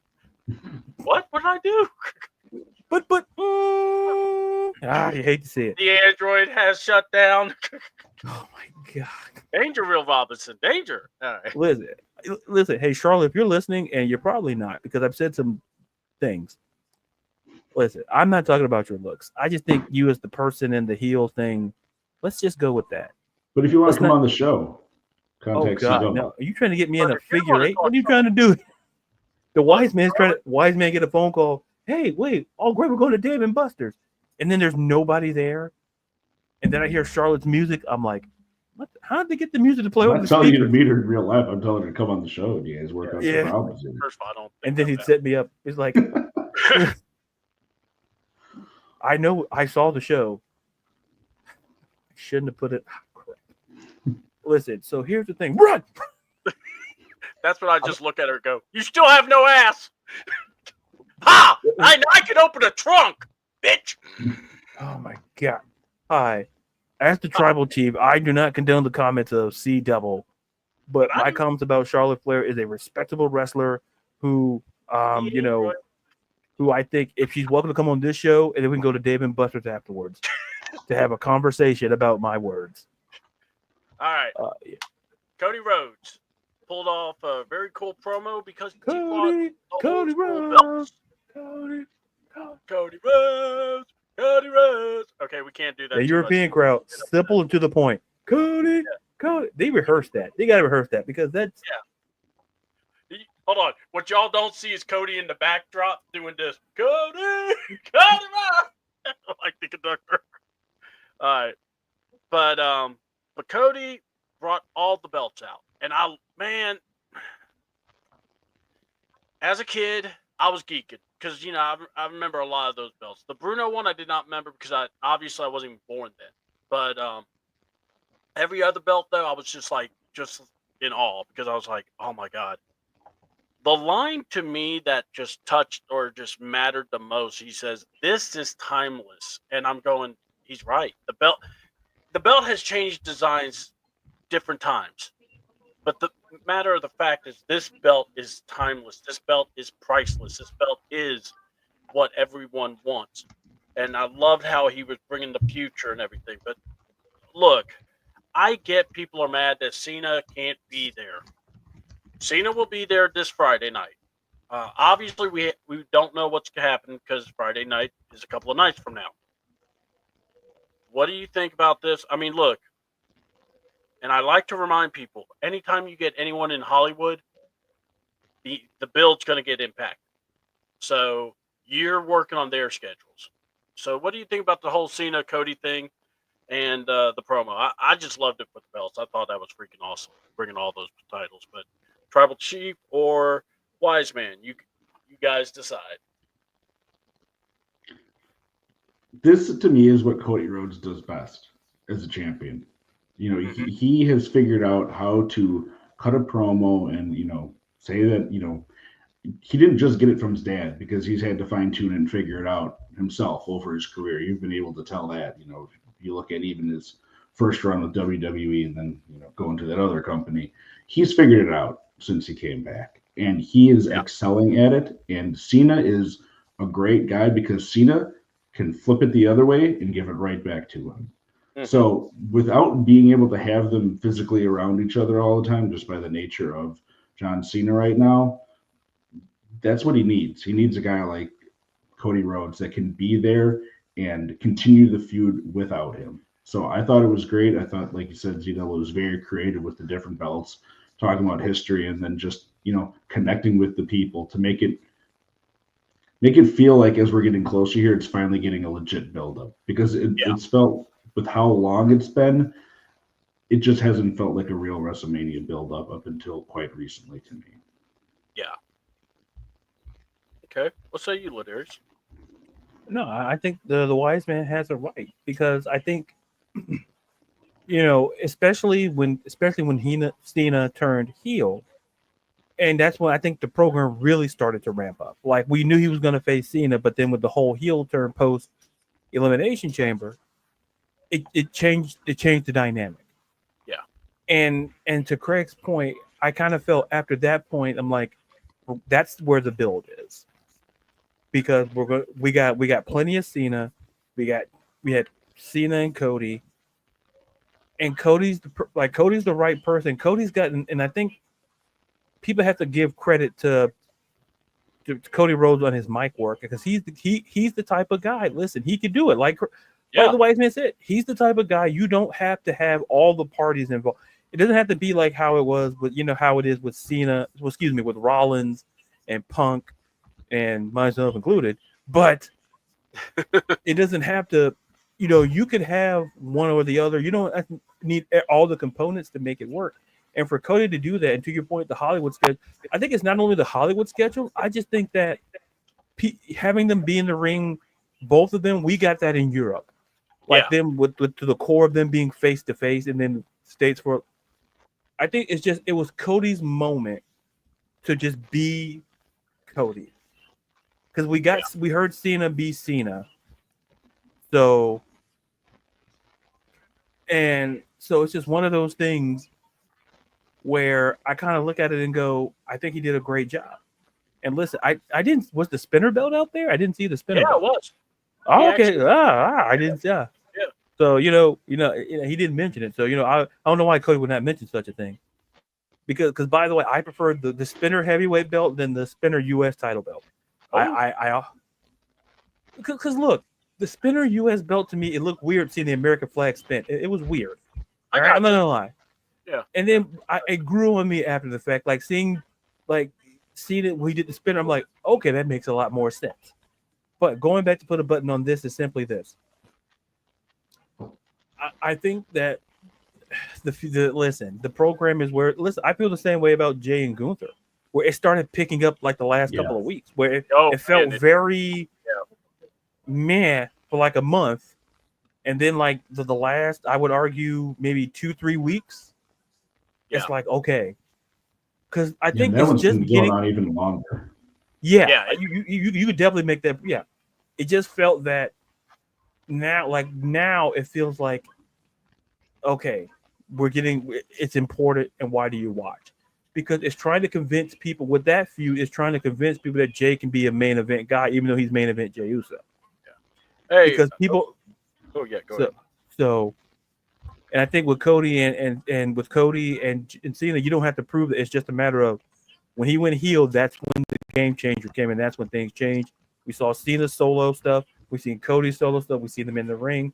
So all we're just waiting for is just for WrestleMania, and that like the build, it takes time, but it started picking up just like I said with Jay and Gunther. Mm-hmm. All right, I know, Craig, you said you had to go. So, what about Raw that you watched that you thought was something that really stood out to you? And then also, you are invited to the WrestleMania show that we're doing tomorrow night. That's where we're going to do our predictions. That's where we're really going to get digging deep in WrestleMania. So, I will let you know. I don't know if you know this about me, CDouble, but I have a zoo of a house over here. I have 5 kids and a wife that is giving birth to another in about a month. So it's yeah. Well, we're trying to form our own little tribe over here that Uncle Ladarius will have to teach them the ways of. Yes, but it shows them. I got to bring the belt because listen, I got to show the kids a winner. You know, I said your dad is a winner. He's the wise man. Listen, it's gonna be great. The meals are it's gonna be fantastic. I'll pay for the meals because I know I can eat more than my fair share portion. We don't have to get into the pricing of it, but you know, listen, it's always a good time with the wise man and the tribal chief. Yeah, So, the stuff from Raw that I liked, of course, the Roman Seth Paul Punk stuff. I mean, all of that is just gold. I mean, there's nothing to keep repeating about that. I know you guys have talked about it, but just even listening to them, and then they're getting more physical as it's going here. That stuff is gold. The Jey Uso stuff, finally, last week, this week, really feeling like, okay, this makes sense now. Like he feels like a champion. Like he's probably going to end up being at WrestleMania. I don't know why it's funny to me the El Grande Americano continuing to just like show up and use the foreign object in the mask. I love that idea. He keeps getting away with it. It feels perfect. Like whoever that guy is, he's very. I've been saying the same thing. I've never seen him and Omos in the same place. That's all I got to say. I haven't either. Now to think of it, but then just for pure comedy, and I don't know why, the Karrion Kross stuff just comes across as funny to me in the wrong way. Like he was so great in NXT years ago, and they just can't replicate that. We talked about Zoe Stark. Sometimes you just on the larger scale, it doesn't work for whatever reason. And I just like the weird character that he's become even more so once the Authors of Pain and Paul Ellering left, where he's just creeping around, trying to play mind games with everyone, not doing a whole lot else. He can still wrestle as a fine match with AJ, but I hope we get creepy, weird Karrion Kross showing up some point in WrestleMania for some dumb reason, which I'm sure they can find. But that was very funny to me that they keep doing that. And not necessarily in a way that a lot of people are going to like for wrestling reasons, but I do find humor in that. I love the match with him and AJ. Actually. Yeah, he can still work. Matches Raw, really was.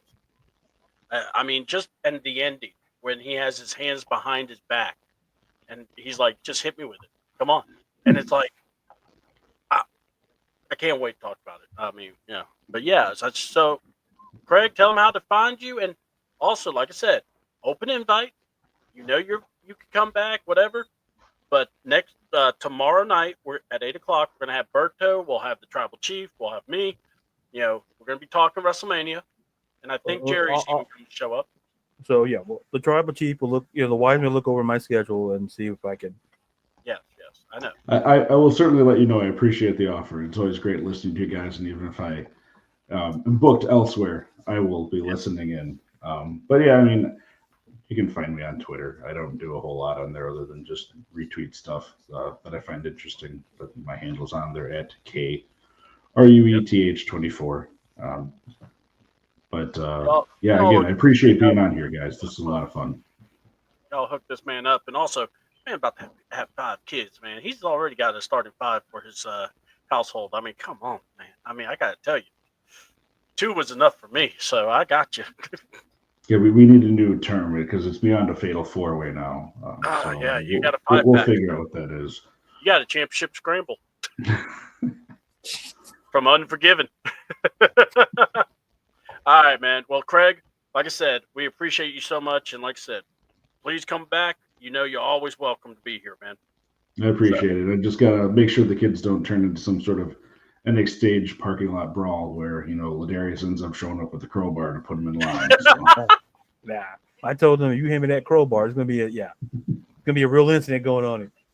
You hand me a wrench, right. and I will take it. Take care, guys. See you later. All right, Greg. Thank you, wise man. Wise man, folks. That was the wise man. We've been blessed. That was awesome. Wise man.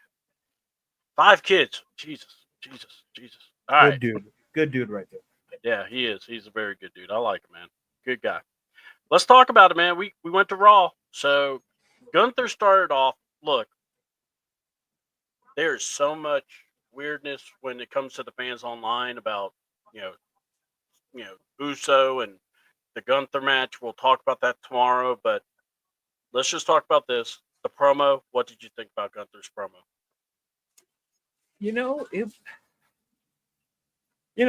The one thing I'll tell you, I like pretty much the one thing I didn't like is like now.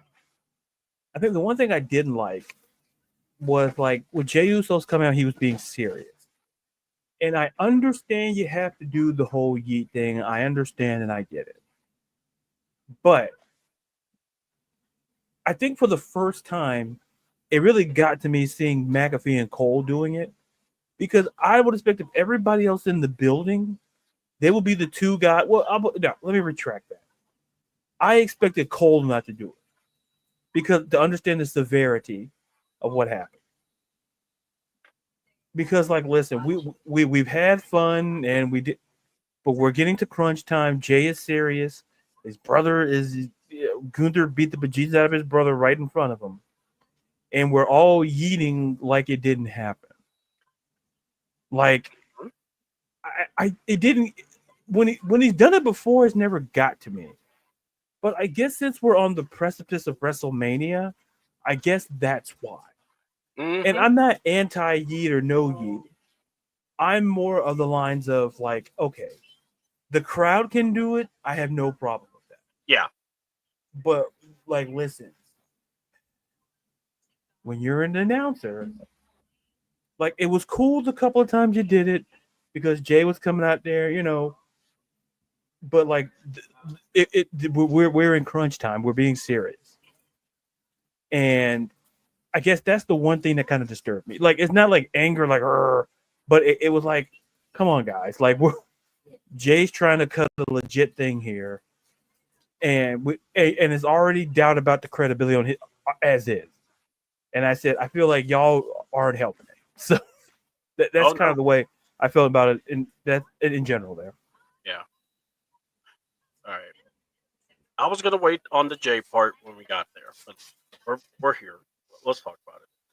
I thought the Gunther promo perfect. It set the stage, and even bringing up the mother conversation. I'm gonna call my mother. All right, loved it. But man, I was aggravated. I was aggravated at first because Cole and Michael Cole and Pat McAfee were like both of them were scared of Gunther. And Cole's like, well, I wasn't ready for you now, but and it's like And I get what they were doing, so I wasn't too aggravated. But let's talk about the Jay promo, shall we? It didn't need to be aired. I honestly felt like you didn't need to hear from Jay. You just needed to hear from Gunther, and that was it. But they brought Jay out. Crowds got it.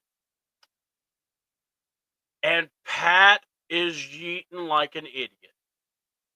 And so is Michael Cole. And Jay decides to do the promo on I hated it. This was the first time I actually wanted to say the following. I want Gunther to beat Jay. And then I want him to beat up Pat. And then I want him to beat up Michael. Because quite honestly, I'm sick of this. It finally got to me to the point that I actually said, I know what the storyline is. I understand everything. But what you said is the most perfect thing to look at it like. Why are we yeeting when the man's brother hasn't been seen? Hold that off. You know, I would have even liked if Jay said, look, we're not yeeting. We're going to wait till WrestleMania so I can give you a reason to yeet. And then, you know, and he would have to look at Pat and look at Cole. Don't yeet until I give you a reason to yeet. Meaning, I'm going to win this title, but I want to make sure we make it special.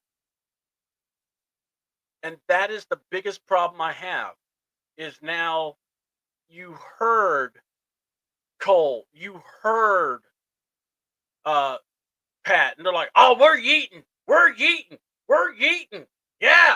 And Michael Cole, looking like the biggest goofball, just, yeah, I'm yeeting.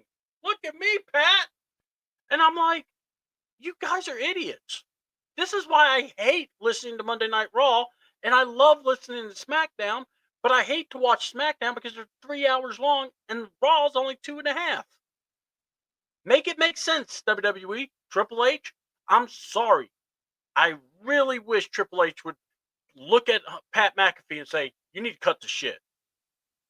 But he won't, because he likes him. Everyone likes him. But me personally, I'm waiting for the day a wrestler goes off script and beat the holy hell out of him. And it will happen. I don't know who, I don't know when. But when it does, I will not be crying. I won't feel bad. I'll say hit him harder. You know, and I'm sorry. And what was someone told me? Well, CDouble, he's a former NFL player. I'm like, no, he was not. He's a former punter for the NFL. You know what that means? He sat on the bench more than the field goal kicker. I don't want to hear that. Homeboy played with the Indianapolis Colts. How many times did he really have to punt for Peyton Manning? Bitch, please. Pat McAfee ain't all that. Sick and tired of him. Can't commentate. He sucks on the mic. And I'm serious. I'd rather get Vince McMahon back and Jerry Lawler talking about puppies before I listen to Pat McAfee talk wrestling. But yeah, that is, I'm so sick of them. All right. Let's talk about something that really got some good, it was good wrestling. I'm glad I had to watch it again because I kind of was thinking the crowd was quiet, but the crowd was okay. We got Bianca, who feels like her head has not been the same since the whole Naomi and Cargill. Funny though, she has definitely disconnected from them, but yet she wants to blame them, and then wants to say that, you know, she's been doing speaking truth, and she's not a bad girl or anything like that. Huh? Like Ladarius said, you're the one wearing all black. What's going on here? But I want you can go ahead and tell me what you thought about the whole Bianca promo, and also what you thought about. I think one of the best matches, at least women wise, we got was Bayley versus Liv Morgan. What did you think of this match? You know, yeah, I think the Bianca promo was what it is. I think I think we're gonna get heel Bianca. I think there's a way, I guess, to explain it. I guess I'll save it for tomorrow's show. But Okay. but I'm still looking forward to it, and like I say, it doesn't surprise. Like I say, there's certain people in the microphone where I know the expectation level and they reach it, and Bianca's one of those. Very good on the microphone. And to your point about Bailey versus Liv, like the thing is this: former champions, like listen, the chemistry that we've seen the chemistry, so it doesn't surprise me there in that regard, but it just builds the anticipation for the tag team match. I think I always get scary around like the week or two before WrestleMania because now how are you going to book matches? Like because we've seen folks miss WrestleMania because getting hurt before WrestleMania. Yeah. So it's like, well, how do you protect? So you have to put in people. You're not saying that WWE doesn't trust Live or nothing. I'm not saying it in that negative connotation, but I feel like having Bailey and Liv to we're getting a quality match, and then we're going to get a quality tag team match. At WrestleMania, like if we've seen Lyra, Raquel, so yeah. So I guess the roundabout point is that it was an excellent match, and listen, it just makes to me this adds kind of build to the tag team match in my opinion. Yeah. So I mean, honestly, I was like, oh, Liv and Raquel's got this, but now I'm more like, are they gonna change the belts on them? Because yeah, you know what? If you can make me go, I wonder if they're really gonna do it. You've done a good job. To me, I was convinced. I'm getting more convinced, given how they've handled the titles in the past. It wouldn't surprise me. I'm intrigued. Let's just put it that way. We'll talk more about it later on, but let's talk about Rey Mysterio. I love the point you made about wrestlers who wrestle before their WrestleMania match. You worry. Well, you got Rey Mysterio versus Julius Creed. Now, look, if the crowd didn't respond, but look, I got to tell you, Julius Creed's going to be something special. I mean, his brother as a tag team can do it, but man, that guy is not bad either.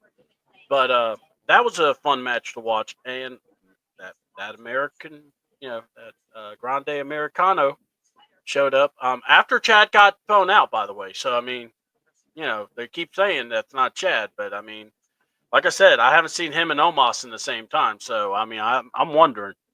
So, and it's clearly not Omos. They're saying not Omos, but I don't know. But that's who my guess is. He's going to load up that glove or that mask, and it's going to be Omos. But anyway, what do you think of the match? And what do you think? It's going to happen. Grande and Mysterio. It just sucks that Chad doesn't get a WrestleMania moment. I know. Too bad. Oh. Maybe he could go against Randy Orton. Maybe they could talk. I don't know.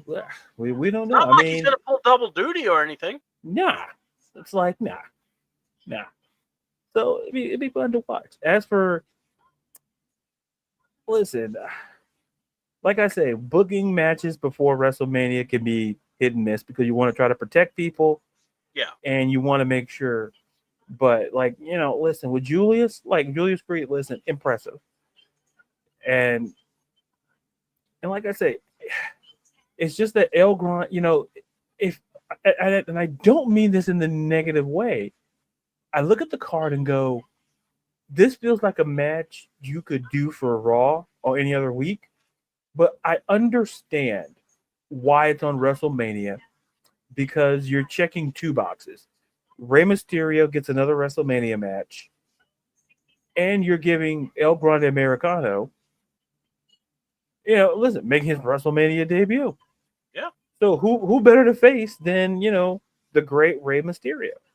So all the match was great, and I don't know how he puts that the plate, the eye and the plate in the eye. It's impressive. Yeah.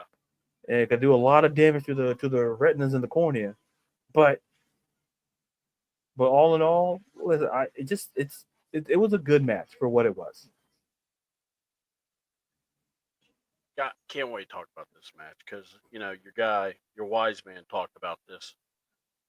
Karrion Kross versus AJ Styles, and we got Karrion Kross Fallen Prey entrance. If you have that special thing with Netflix or VPN, you can actually watch it. It was cool to see him come out like that. That was the music, the lighting, the everything. He had his tights made by the same guy that AJ Styles has do his tights. So it was really cool. I loved the match. I loved Cross's just mind attacking Styles. Of course, Styles win. We also had Logan Paul show up. And of course, Logan Paul comes out, shows a video, big whoop. And then they attack, him and Cross a little bit, attack Styles. And then, Logan does that pulverizer after he does the punch. Before I was going to say, I think Logan Paul needs to win. I will save it for tomorrow, but I think I know where I'm leaning to now after seeing this. But I just, man, please, I'm begging. Please do something with Karrion Kross. This guy's too good. I mean, I really have enjoyed Karrion Kross. And I'm just like thinking he needs something. And I mean, you know what? I'll say it even more. Put the IC belt on him. Put something on him. The guy is good. Let him work. Let him do the devil on the shoulder, angel on. Let him be him. We need to see it. He obviously has the fans' attention on when he does his socials. And it's really some good stuff. So I really am on this guy's, bandwagon, and I really would like to see him get a moment. Heck, I wouldn't mind seeing him win the Andre Giant Trophy. But what was your thoughts about Cross and Styles, and then the Logan Paul thing? Listen, I'm like you. I just, in the wise man, I just like what they're doing with Karrion Kross. It's another situation where his character, it fits and it works. And I just like to see more of it and get it pushed a little bit more because I think people, I don't want to say hardcore. I want to, be rude to wrestling, but I think wrestling fans understand what he's doing and the way how like everything he does, it's nuanced. It's like when it comes to the hair, or it's like, come hit me with hit me with like it's a science to it. People think, a character development is easy. No, it's not. And the way Karrion has developed his character and kind of to a certain degree mastered it, it deserves to be rewarded to some extent. And it's just a matter of time before he gets into the IC title scenes. I wouldn't be shocked something post-Wrestle. I keep saying post-WrestleMania a lot because I think that you need new competitors at some point after the Fatal 4-Way. And Karrion Kross is the guy on the list. You put a belt on Karrion Kross, you got something. Yeah. And it's going to be interesting, and it's going to be something fantastic. So just let him run. Yeah. And the match, and the match was great, and Logan Paul was Logan Paul. That's all I'm going to say. Same. Look, we'll discuss, and if you're wondering why we got a WrestleMania preview show tomorrow, and we're going to go deep into these matches. We're going to pick each one, and we'll just the build and everything. But just know, I mean, this match will be good. But yeah, I just keep looking at Kross and I go, I just think he's more of an interesting figure than Logan Paul is. But we'll talk about what we'll see from that match. We've already talked about the Jey Uso thing, so I'm not going to go there. War Raiders did bring up that they want a war with the New Day. So I don't know if the match is going to get changed or not to maybe, with the Wolves get maybe coddled a little bit, but we'll see. Intercontinental title match, we had Braun Breaker go against, or he was doing a promo, got beat up by the Judgment Day. But Penta and Finn wrestled, and that was actually a good match too. And then the best part of this match to me was poor Carlito having flashbacks. He saw Braun Breaker at that entry. I've never seen this man pulled a Wile E. Coyote and ran to the announce table to hide so he wouldn't get speared by Braun Breaker again. And he still ends up getting speared. But anyway, Braun Breaker, goes after Penta. Penta gets him. What do you think about? And then we had promos by EO and Ripley, where EO talks about being the champion and that no matter what, people are gonna that they needs to stop forgetting about her. Mhm. And then you had Rhea saying, "I'm not the bad guy because this is what happened."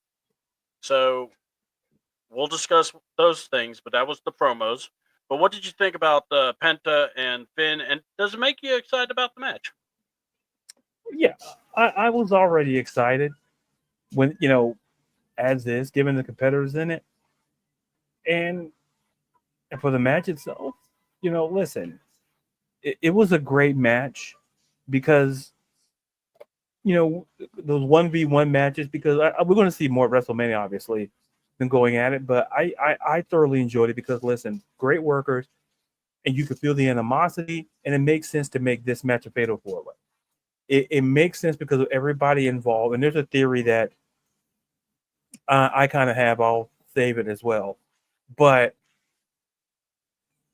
to me, all I'm going to say is this: it boils down to the question of who. To me, it boils down to Finn Balor, and like I've said on this show, this man needs, like, you wouldn't believe this man was the Universal Champion. You wouldn't believe it if he got hurt, and then you're like, okay, what's. Then it's like, it turns. Oh, great, they made him a tag champion, but but like I said, I'll save that for for tomorrow's show. But the match itself was great. And listen, both of them, the Arsenals, oh my God. There's going to be a lot of high flying in that match. And in this match, you can see the athleticism. You could just see, you saw a bit of everything without giving it away. And like I said, that match is one of the ones it's definitely to circle on the card for sure. I agree. And it's going to be fun to watch. I'm just looking forward to seeing what they do with Dominic. Dominic is the most intriguing person in this match because I really think he could walk out as champ. And I know that sounds crazy, but I truly believe it. And, we'll talk more about it tomorrow. But I like what they're doing with him. Now, let's talk about another person that's, Roman Reigns. Fine, look, love him, hate him, enjoy him, and remember, he's not a part-timer. He's a full-timer because, he always makes money. That's what he was saying on some kind of I think it was a podcast where someone asked him. But my thing is this. So he drives up finally at 10:15, 10 o'clock. When Paul Heyman, Miss Elizabeth, is being swooned by CM Punk, that Jezebel.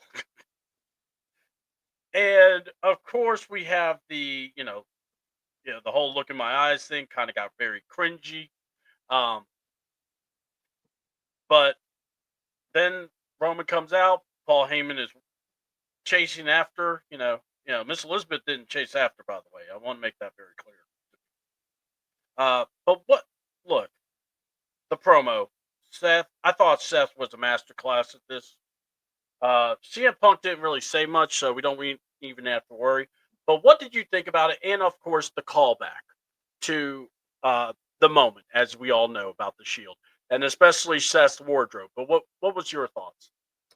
I enjoyed the callback. Mm-hmm. Not because I'm a Seth Rollins guy, but I enjoyed the. Maybe Roman didn't enjoy it, but I enjoyed the callback. And listen, that's when you have all those moving pieces. It's especially what you kind of saw, like with Seth. Seth said something that was interesting, and he kind of teased something that was interesting when he was doing his promo, and it was something that sounds familiar, that he could be potentially something could happen at WrestleMania, and I'm not talking just about the match itself. The best for business. Yes. And I'm like, man. It's like it takes me back, and it all like the callback. It's like I remember when Triple H came out with the sledgehammer and said, there's always a plan B. Mm. And then I'm like, and then when they pan to Seth hitting with the chair, and I'm like, and then for them to do it again, and then for little nuggets to be dropped, like they were best for business. I'm like, folks, like we could see Seth. Like I said, I'm not gonna put it all here, but I just feel something. It's going to be a monumental night too. It is all I'm going to say. It is that you can't top WrestleMania 40. You can't top that. I think that's going to be high up there for a while. And Dre, Mox could get involved at the end of the match at Mania. Jesus. Yeah, he's gonna use he's gonna get the 2x4 to go through his back. Jesus. But so, like I said, I'm just even more excited now. And like I said, the storylines and the little elements make the match that much more elevated, as if it needed to be more elevated. So, I got you. Okay. Let's see here. Now, the shove. Why would you shove your wise man? That's the question. I told you he slipped. We're not having this discussion again. No. I was saying no. I'm sorry, Trouble. I am talking about Roman Reigns pushing. Yes. Boy, that was vicious. I'm sorry if it came off. That was vicious. Please allow me. That was vicious. I mean, but why would he do such a thing? That was vicious stuff. Yeah. Offensive, wasn't it? I mean, I know you would never push your wise man down like that. No. And then I've seen these, the memes. And the best one I've seen is AJ, they're showing Punk and they're showing Roman. And they're saying these two men have the hottest wives. And they're fighting over Paul Heyman like he's Miss Elizabeth. We will talk about that tomorrow because that has to be talked about. So that was Monday Night Raw. Now, we're going to talk about NXT because it needs to be talked about. That was... my fears were confirmed last night. And if you don't know, I have been asking Ladarius about, are we needing to prepare ourselves for a certain tag team match that I'm not ready for? Hank and Tank versus the Fraxium boys for the tag titles. And Ladarius told me, I don't know, man. I don't think that's the problem. Nah. They won a tag team gauntlet, Ladarius. They beat every tag team. They couldn't beat these tag teams in regular matches. But all of a sudden, in this one match... What? Baby, Yeah, I'm on a show, so people can hear you talking. Now you're trying to get a paycheck. That's not gonna happen. I don't have the money. But that tag team. I'm like, didn't they face these dudes individually? I talk about it. And these teams clap their cheeks. And so you're telling me it takes a gauntlet? Let me take off the protector of this microphone. It took a gauntlet to beat those same tag teams. Like, listen, good for Hank and Tank, or Tank and Hank. You know, Ricky and Bobby, Peaches and Herb. It doesn't matter. Look, I hope, for the love of all that's great, if you have this team be the team to dethrone Fraxium, that's all I'm going to say. Because these guys have been catching L's after L. So I semi-understand why you have them with the gauntlet, but you should have had them be the last team. The last team that entered should have beat Hank and Tank. Because every tag team they went in there, they literally, week after week, whether it was Jensen and everybody beat them. Yeah. All of a sudden, we took advice from all. I'm like,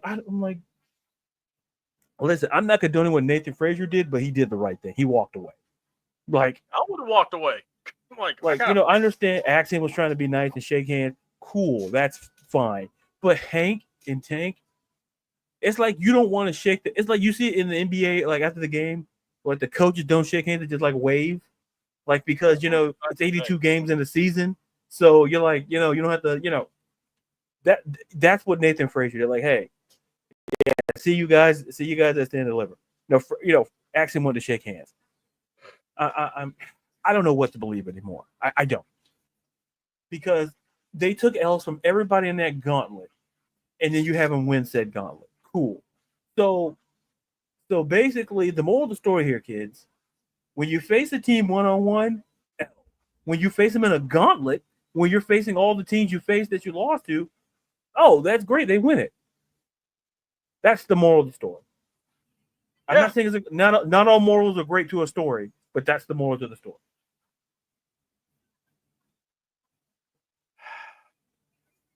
I hated that match. I was fast forwarding because I was like, all right, let me just get to the good part. Wait a minute. Why are... No. They were beating everybody. And I'm like, and these suckers are going to go against Frack. I'm telling you right now, we will have an emergency podcast if those screw-ups somehow beat Fraxium. Oh, I'm not coming in. I'm not coming doing I'm going to be cussing the storm, man. I'm not trying to get canceled off. Listen, I'm staying away from a microphone. At least Eddie Thorpe lost. At least someone had enough sense to make sure he lost. I'm like, good. You should have did in the wrong month, but nonetheless, the work is done. Yeah, exactly. Hey, you know what? Look, this man should lose every time. That's the way I see it. Ethan Page won. It kind of was expected. I mean, and look, the match was great. If you haven't seen it, check out the crazy Whisper in the Wind, where I think what was it? I know Wes Lee did, and Homeboy literally like dropped as a thing. No, Kraig. Wise man. You're a wise man, but this is not a wise comment. No, don't do that. No. We're not even going to give you a star for that. No. That is no. You can't do that. So yeah, Ego versus Ricky Saints, and look, I cannot wait for that match, because if you're talking about their WrestleMania week and they know that, Ricky Saints don't put on the show. I mean, my God, the entrance, I can't wait. He's coming up with something, especially in Las Vegas. I mean, come on. I love Jordan Grace's promo they did. Really cool. They showed her before and how when she got into, we'll talk about that comment. Love that. Thank you. Love that. Then they had the whole Soruka and Sahara, because they're both in this match.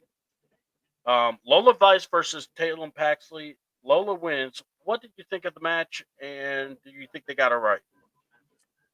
Yeah, I think they got it. I think I'm not surprised that Lola won. I just think Lola, it feels like she has something to prove because it kind of feels like, she was kind of like on the path to being the NXT Women's Champion. Well, mission accomplished, wise man. Mission accomplished. I don't know how. Listen, that was almost. Luckily, this is a pass fail test. We were bordering on fail there for a minute.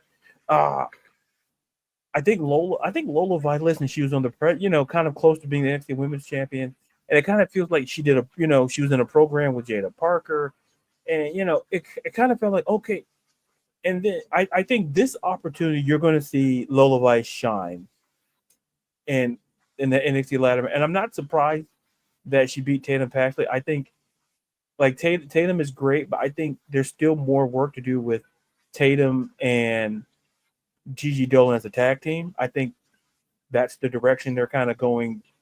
So it makes sense there. But like, it was a great match, and I'm listen, great win by Lola. Yeah, I was happy for Lola, and by the way, the promo with Jordan Grace was really good. Yeah. I really enjoyed it. Let's see.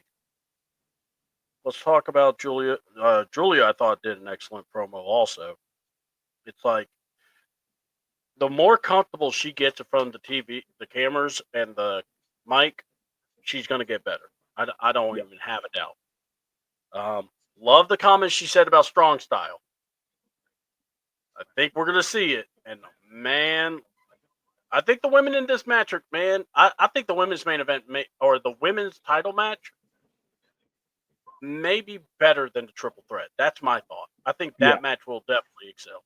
I mean, I'm going there. So the pre-shows, they're going to have a countdown show, and it's going to feature a 3-woman tag team match. But then the Prodigy came in and said she wanted to be in and Ava said, if you get a partner, I'll let it be a 4-way because the winners will get a first tag team title shot. This is why we're kind of intrigued by now Bayley and Liv and all this, and we'll talk more about it tomorrow. God, I'm not talking about that damn tag team gauntlet match. That was offensive to my eyeballs. We've already went over the whole parking lot brawl. Yeah, we covered that. There's no more. Yeah. There's no way we can even bring up appropriately after the way we went after that. Correct. Also, great highlight reel of Stephanie going back to Chile to to see her family and friends.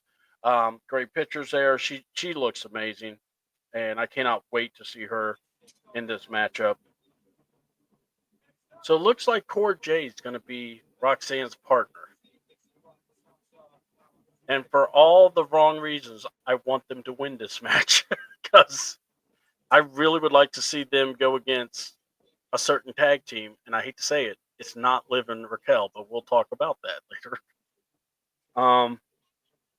Andre Chase is chatting with Kale and Uriah. Talks about, he doesn't want to ruin lives.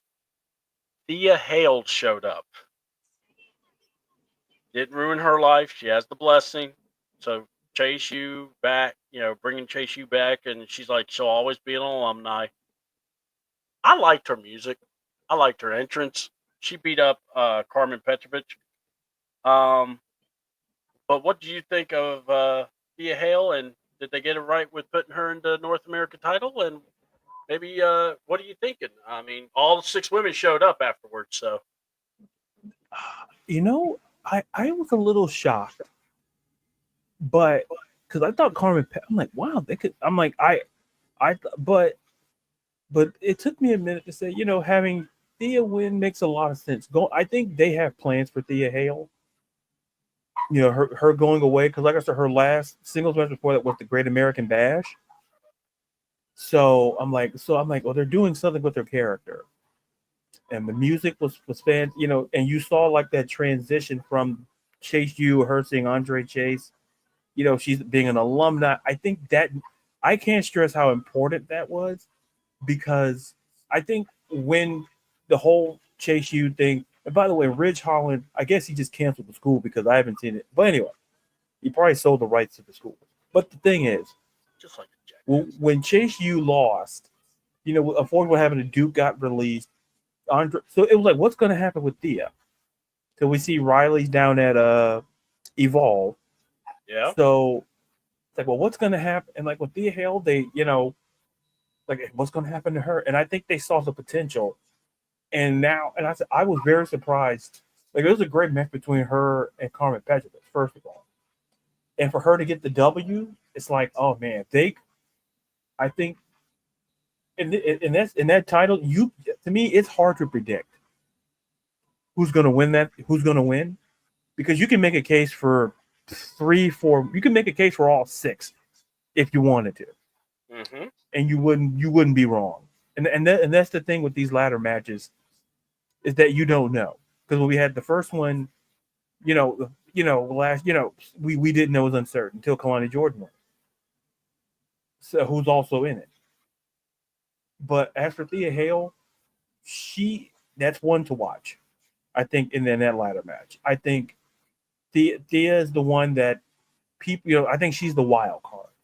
I think it's not by, there's a reason why she won, and she beat a very good competitor in Carmen Petrovic. Let's be super clear.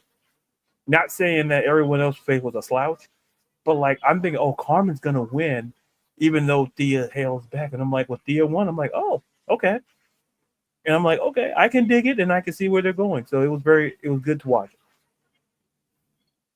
Yep, and I just love Thea Hale. I love her character work, especially now that she's not kidding anymore. She's not a kid, so I like that. I like just the acknowledgement and the ideas of this. I want to give her a big shout out about just coming back and being her own woman. And I just love that. Let's talk about it. We had Oba, we had Oba, Trick, and Trick's sock cap, and Javon Evans. Now look, WWE like high flyers. They do. They never really had a great high flyer that can just be awesome on the mic. Javon Evans, if he keeps going the way he's going, is going to be that. He's got charisma. The crowd loves him. He could speak. And I know he's young. And I hope they give him time to just, mature and do his thing. Mm-hmm. But I really am excited about this match. I think this match will be good. It's the main event. And I still say I look at the women's probably being the better match to watch. But I think this match, the clash of styles, is going to be great. And I don't have a clue who's going to win. I really don't. I want to say Oba, but I'm not even sure anymore. What do you think?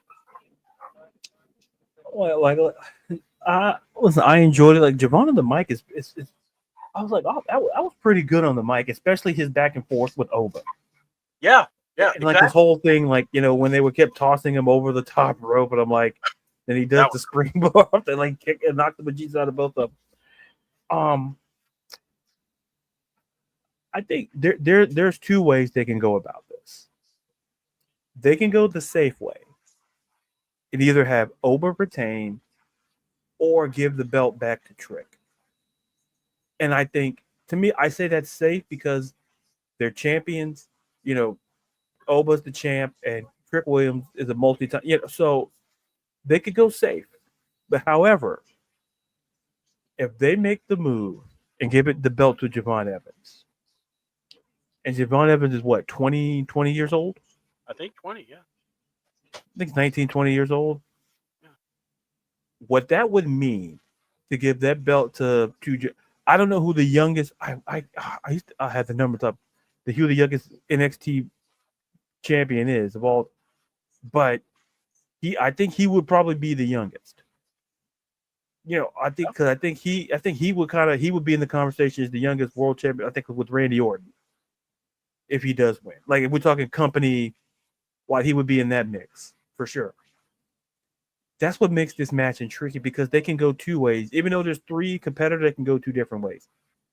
Have Oba retain, have Trick win it, or have because, like I say, I always bring this up is that, especially Stand and Deliver, it's always important to see who wins, but also to see who takes the L. Because if Oba loses the belt, he's going to the main roster.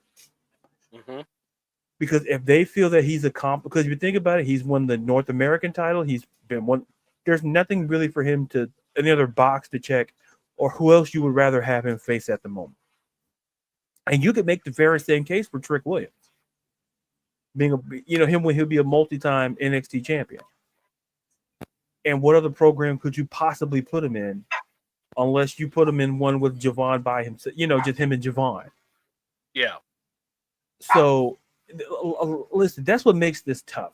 I'm like you. It's not like an easy decision to make, because I think this match is going to change the trajectory of three different careers, and that's what makes this match intriguing. Like I say, NXT has two ways to go about it, but that decision itself could affect three careers, and that's what's going to make this very interesting.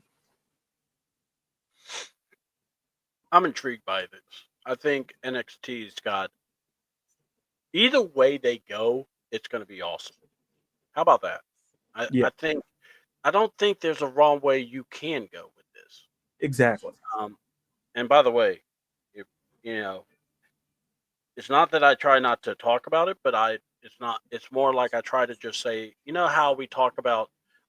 I don't want to be Kate from Fightful saying, "Oh, the black wrestlers and the black champions," but this is going to be awesome. Talk about a culture focus. Look at these men. Mm-hmm. African Americans, yes. They all three have different backgrounds. And that's what makes how they got there. And that's what makes it so great. Oh. And I'm going to tell you, this match will be really good. I don't know how good, but I'm trying to be. It's like this. I want my expectations to kind of be measured, so that if they go over, right. Yeah, you know what I'm saying? Just kind of taper your expectations. Yeah. And listen, and this and all I mean the coach, but all I gotta say is this: for any people out there who are doubting, like, oh well, WWE had to use black chip. The reason why I didn't mention it because I don't like talking about it, but like I said, I don't care about angering people when I say it. Listen, this is an example. If you guys listen to what Triple H said when he was asked about this, he wants the best out there. He believed, and then listen, in conjunction with Shawn Michaels, believes that Oba Femi, Javon Evans, and Trick Williams are the three best competitors for the NXT Championship. I don't know what else to tell people. Because basically, people say, oh, well, Triple, what? Like, listen, is it about race? Yes.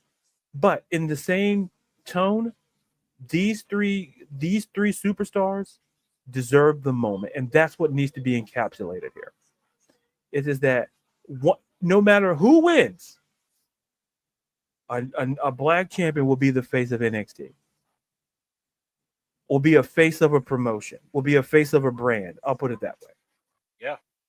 And even though people, like I said, well, you bring it's because people want to, listen, there are people who may not like it, but the fact of the matter is simply this. I like to think we reached a point in time where we don't have these conversations, but if we have to have them, it's simply like this. Yeah. You watch it, embrace the material, and this is the best. Listen, don't talk about it, be about it, and that's the example. No matter, despite their varying backgrounds, they've all earned the moment to be here. Even Javon Evans, given his meteoric rise to this moment. So it's going to be absolutely fun to watch. It's going to be a great match, competitive match, and I'm going to just temper my expectations. Like, okay, I'm just going to expect even keel. So I'm not going to be disappointed one way or the other. Yeah, and that's kind of what I want to say. It's like it's good to be. And my thing is this: enjoy the match. I think the match itself is going to be good. Mm-hmm. That's why I'm like looking. It's like I hope people understand. Enjoy what you're seeing. This is something special. Back in the day, man, people were complaining about, oh well, they don't do this. They don't do. Well, they're doing it now. So are you going to be upset about it, or are you going to actually enjoy what you have now? You see what I'm saying? I mean, Mm-hmm. Okay, well, they should be in the main roster. Well, you know what? They probably will. Give it time. Let's see this. This is the future. This isn't grabbing guys from AEW, bringing them in, and then pushing them out to WWE. No, we're actually got these guys. They are the main event. Let's see how they grow. Let's see what they do. Heck, like Ladarius just said, they may go crazy, put the belt on Javon, and send Oba and Trick to SmackDown and Raw. Or send Oba. I think Oba is more ready than Trick is, actually. But again, I understand what they're thinking if whatever they decide to do. Mm-hmm. But I love what this can become. And I hope fans understand that. Just give it time, watch it, let it marinate, and let's get excited because the future is now. So, all right. So tomorrow we will be doing a Morning Madness crew. We're going to preview the draft. We're going to we're going to talk about Kurt. We're going to talk about the Falcons, what everything they've done, and then kind of go over what's the options in the trade, or the draft. Who should we go for? Who should we go for a trade? So check us out. That'll be tomorrow at 10:30. Me, Ladarius, Ron, and Carrie. As long as they still love me and they want to do this. But yeah, I was kind of throwing that out there because I was hoping you would say, "Oh yeah, we do love you," but man, you got quiet. That's yours. Okay. Damn. Okay. Wait, what? You already know? Don't you dare! I'm not. Right. Don't make me. This is not a villain story here. No. No. I would never make you the villain. Never. No, my tribe. Really, never. Never. Okay, cool. No. Tribe. I thought this was a show of truth. Now I don't know. It is a show of truth. I just said I would never make you the villain. Yeah, it's the way you said it super fast, which lets me know. He's gonna say it slow to try to convince you. See, folks, chess and checkers. I was about to say checkers. I mean, because you know how we lay checkers now. Well, listen, don't be talking about checkers on the show and fries. It's delicious and everything. Oh, hey, focus on the outro. Outro. Sorry. I'm trying to focus on the outro. All right. So yeah, we'll be talking. We'll be talking. I'll play music in the background. Hold on, we got to be careful because we don't want Tony D'Angelo with his crowbars coming. So. Yeah, he's still at Ace trying to return. He's returned. He kept the receipt. Dude, I gotta go need this. here. I don't need this anymore. Yeah, we saw. I gotta go here. I need to see Shawn Michaels, Tony D, when they talk about. All right, guys. So what do we want to do? Because Shawn. Hey, boss, I can grab a crowbar. What? Do it. Like, take my ace card. You have an ace card. Yeah, who doesn't have an ace card? Tony D'Angelo. How many you're buying? Oh man. So yeah, check it out. Check us out. CDouble channel, CDouble 28. We're gonna be live and in person. Now, want to give a big shout out to the AFN Ladies Show that I actually showed up on last night, and want to thank them. And I did throw your name to them, Ladarius, because of you talking about women's sports. So they are going to be reaching out to you too. It's the show you gave that my information. Christy Lewis is going to be reaching out to you. Okay. So because they were talking about, actually Miss Pam and Christy were talking about you too. So they were just like giving you all kinds of love. So it was great. We were pimping you. So. See, he brings it to God. Okay. It was. We were, man. We were talking all about you. We were like, you I'm know, not going to ask what I'm wearing. Yeah, Well, well, I was just thinking move on about to the smart outro. wear. Move on to the outro. We're gonna. Yeah. Oh, sorry. Shout out to the lady show, and listen, if you're listening, I'd love to be on. Yeah. I mean, and look, they really would. I mean, they did an amazing job. They were talking about the draft. They were talking about a lot of stuff. So I joined in and made them all laugh. So it was fun. But I gotta say, so big shout out to them yesterday, and I'm gonna try to bring this guy with me next time I show up there because they invited me back on. So Ladarius we may be working on Tuesday. We don't know. We'll see. We'll see when they're doing something. So we'll talk more. Isn't that why Triple H didn't become a champion? Because he didn't work on Tuesday. Yeah. Yeah, they didn't know that about Triple H. Just like, yeah, he don't work Tuesdays, pal. The only reason why you're Triple I love that he said that. The way he said it too. It's like the funniest thing. And JBL's just drinking a beer, not caring. I'm just loving it. It was just one of those. But so just be ready for that.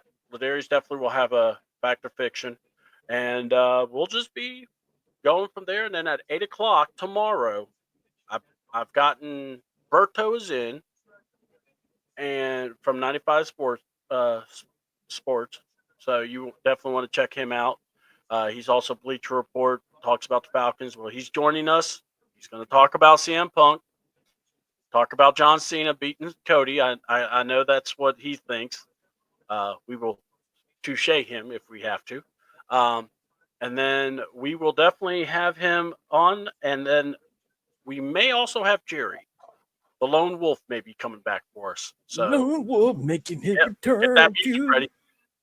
It's going to be beautiful. I want it. If we could have pyros and stuff, that'd be even better. As he comes back, or if not pyros, sparklers. That'd even be better. So, but yeah, so we got those things going on. Check us out, 8:00 tomorrow night. We're going to be just predicting WrestleMania card. We'll talk WrestleMania matches. We're just going to give you the biggest preview we can, and get you all excited about it. So and then this Thursday morning again, we'll be just setting up the draft. Next week, program note, we'll have our wrestling show. We're still discussing if we do a review just on WrestleMania. We'll talk about it and we'll go from there. But we're going to do instead of Thursday show, we're going to do it on Friday on the 25th. That is going to be our reaction to the draft. So we'll talk about that. We're going to do our draft preview the week, this show, and then we'll react to the draft. So hope you all are ready for it. So, Ladarius, give them your plugs, shout outs, hit it. You can find me on Twitter and TikTok at Ladarius_Brown, Instagram Ladarius_Brown, writer editor for Beyond Women's Sports. I put out a piece today, but the AUSL, the Athletes Unlimited Softball League, naming Kim Nigg as the commissioner of the league. It's the game changing, her being a trailblazer, what she can do for the sport. I'll have a preview of the women's matches on the WrestleMania card and add a little something there about the NXT women's matches on the card as well, to share my thoughts, maybe a prediction, but probably just share my thoughts on the matches. And so that should come out tomorrow. And might do a TikTok. I don't know. We'll see how I feel. And like I say, shout out to the chat from Craig. Thank you for being on. Sid, thank you for your comments. Dre, Devin, Ryan the Birdcage, David, Denver, King Richie, all of you who showed up in the chat, and April, Ron, thank you all for, and Dre, all of you for showing up in the chat, because you guys make the show work. It's much appreciated. Thank you, CDouble, having keep doing this, keep doing it what it's doing. Yeah, exactly, man. That's all we can do, and at least we're having fun. That's all I care about, man. As long as we're enjoying it, we're having a good time with it, I'm all for it, right? Yep. So, I mean, and look, you, Craig, everyone that's been a part of the Wrestle Take and the fans, thank you all so much. Like and subscribe to the show. Hit the like button. Leave a comment if you're watching it when we record. please enjoy what we do, and then we will be back with you tomorrow morning at 10:30 for the Morning Madness crew. Look forward to seeing everyone there. Have a good one. That's been Ladarius Brown, Mr. Laddie Daddy, Mr. Tribal Chief, and I am CDouble. We out. Peace.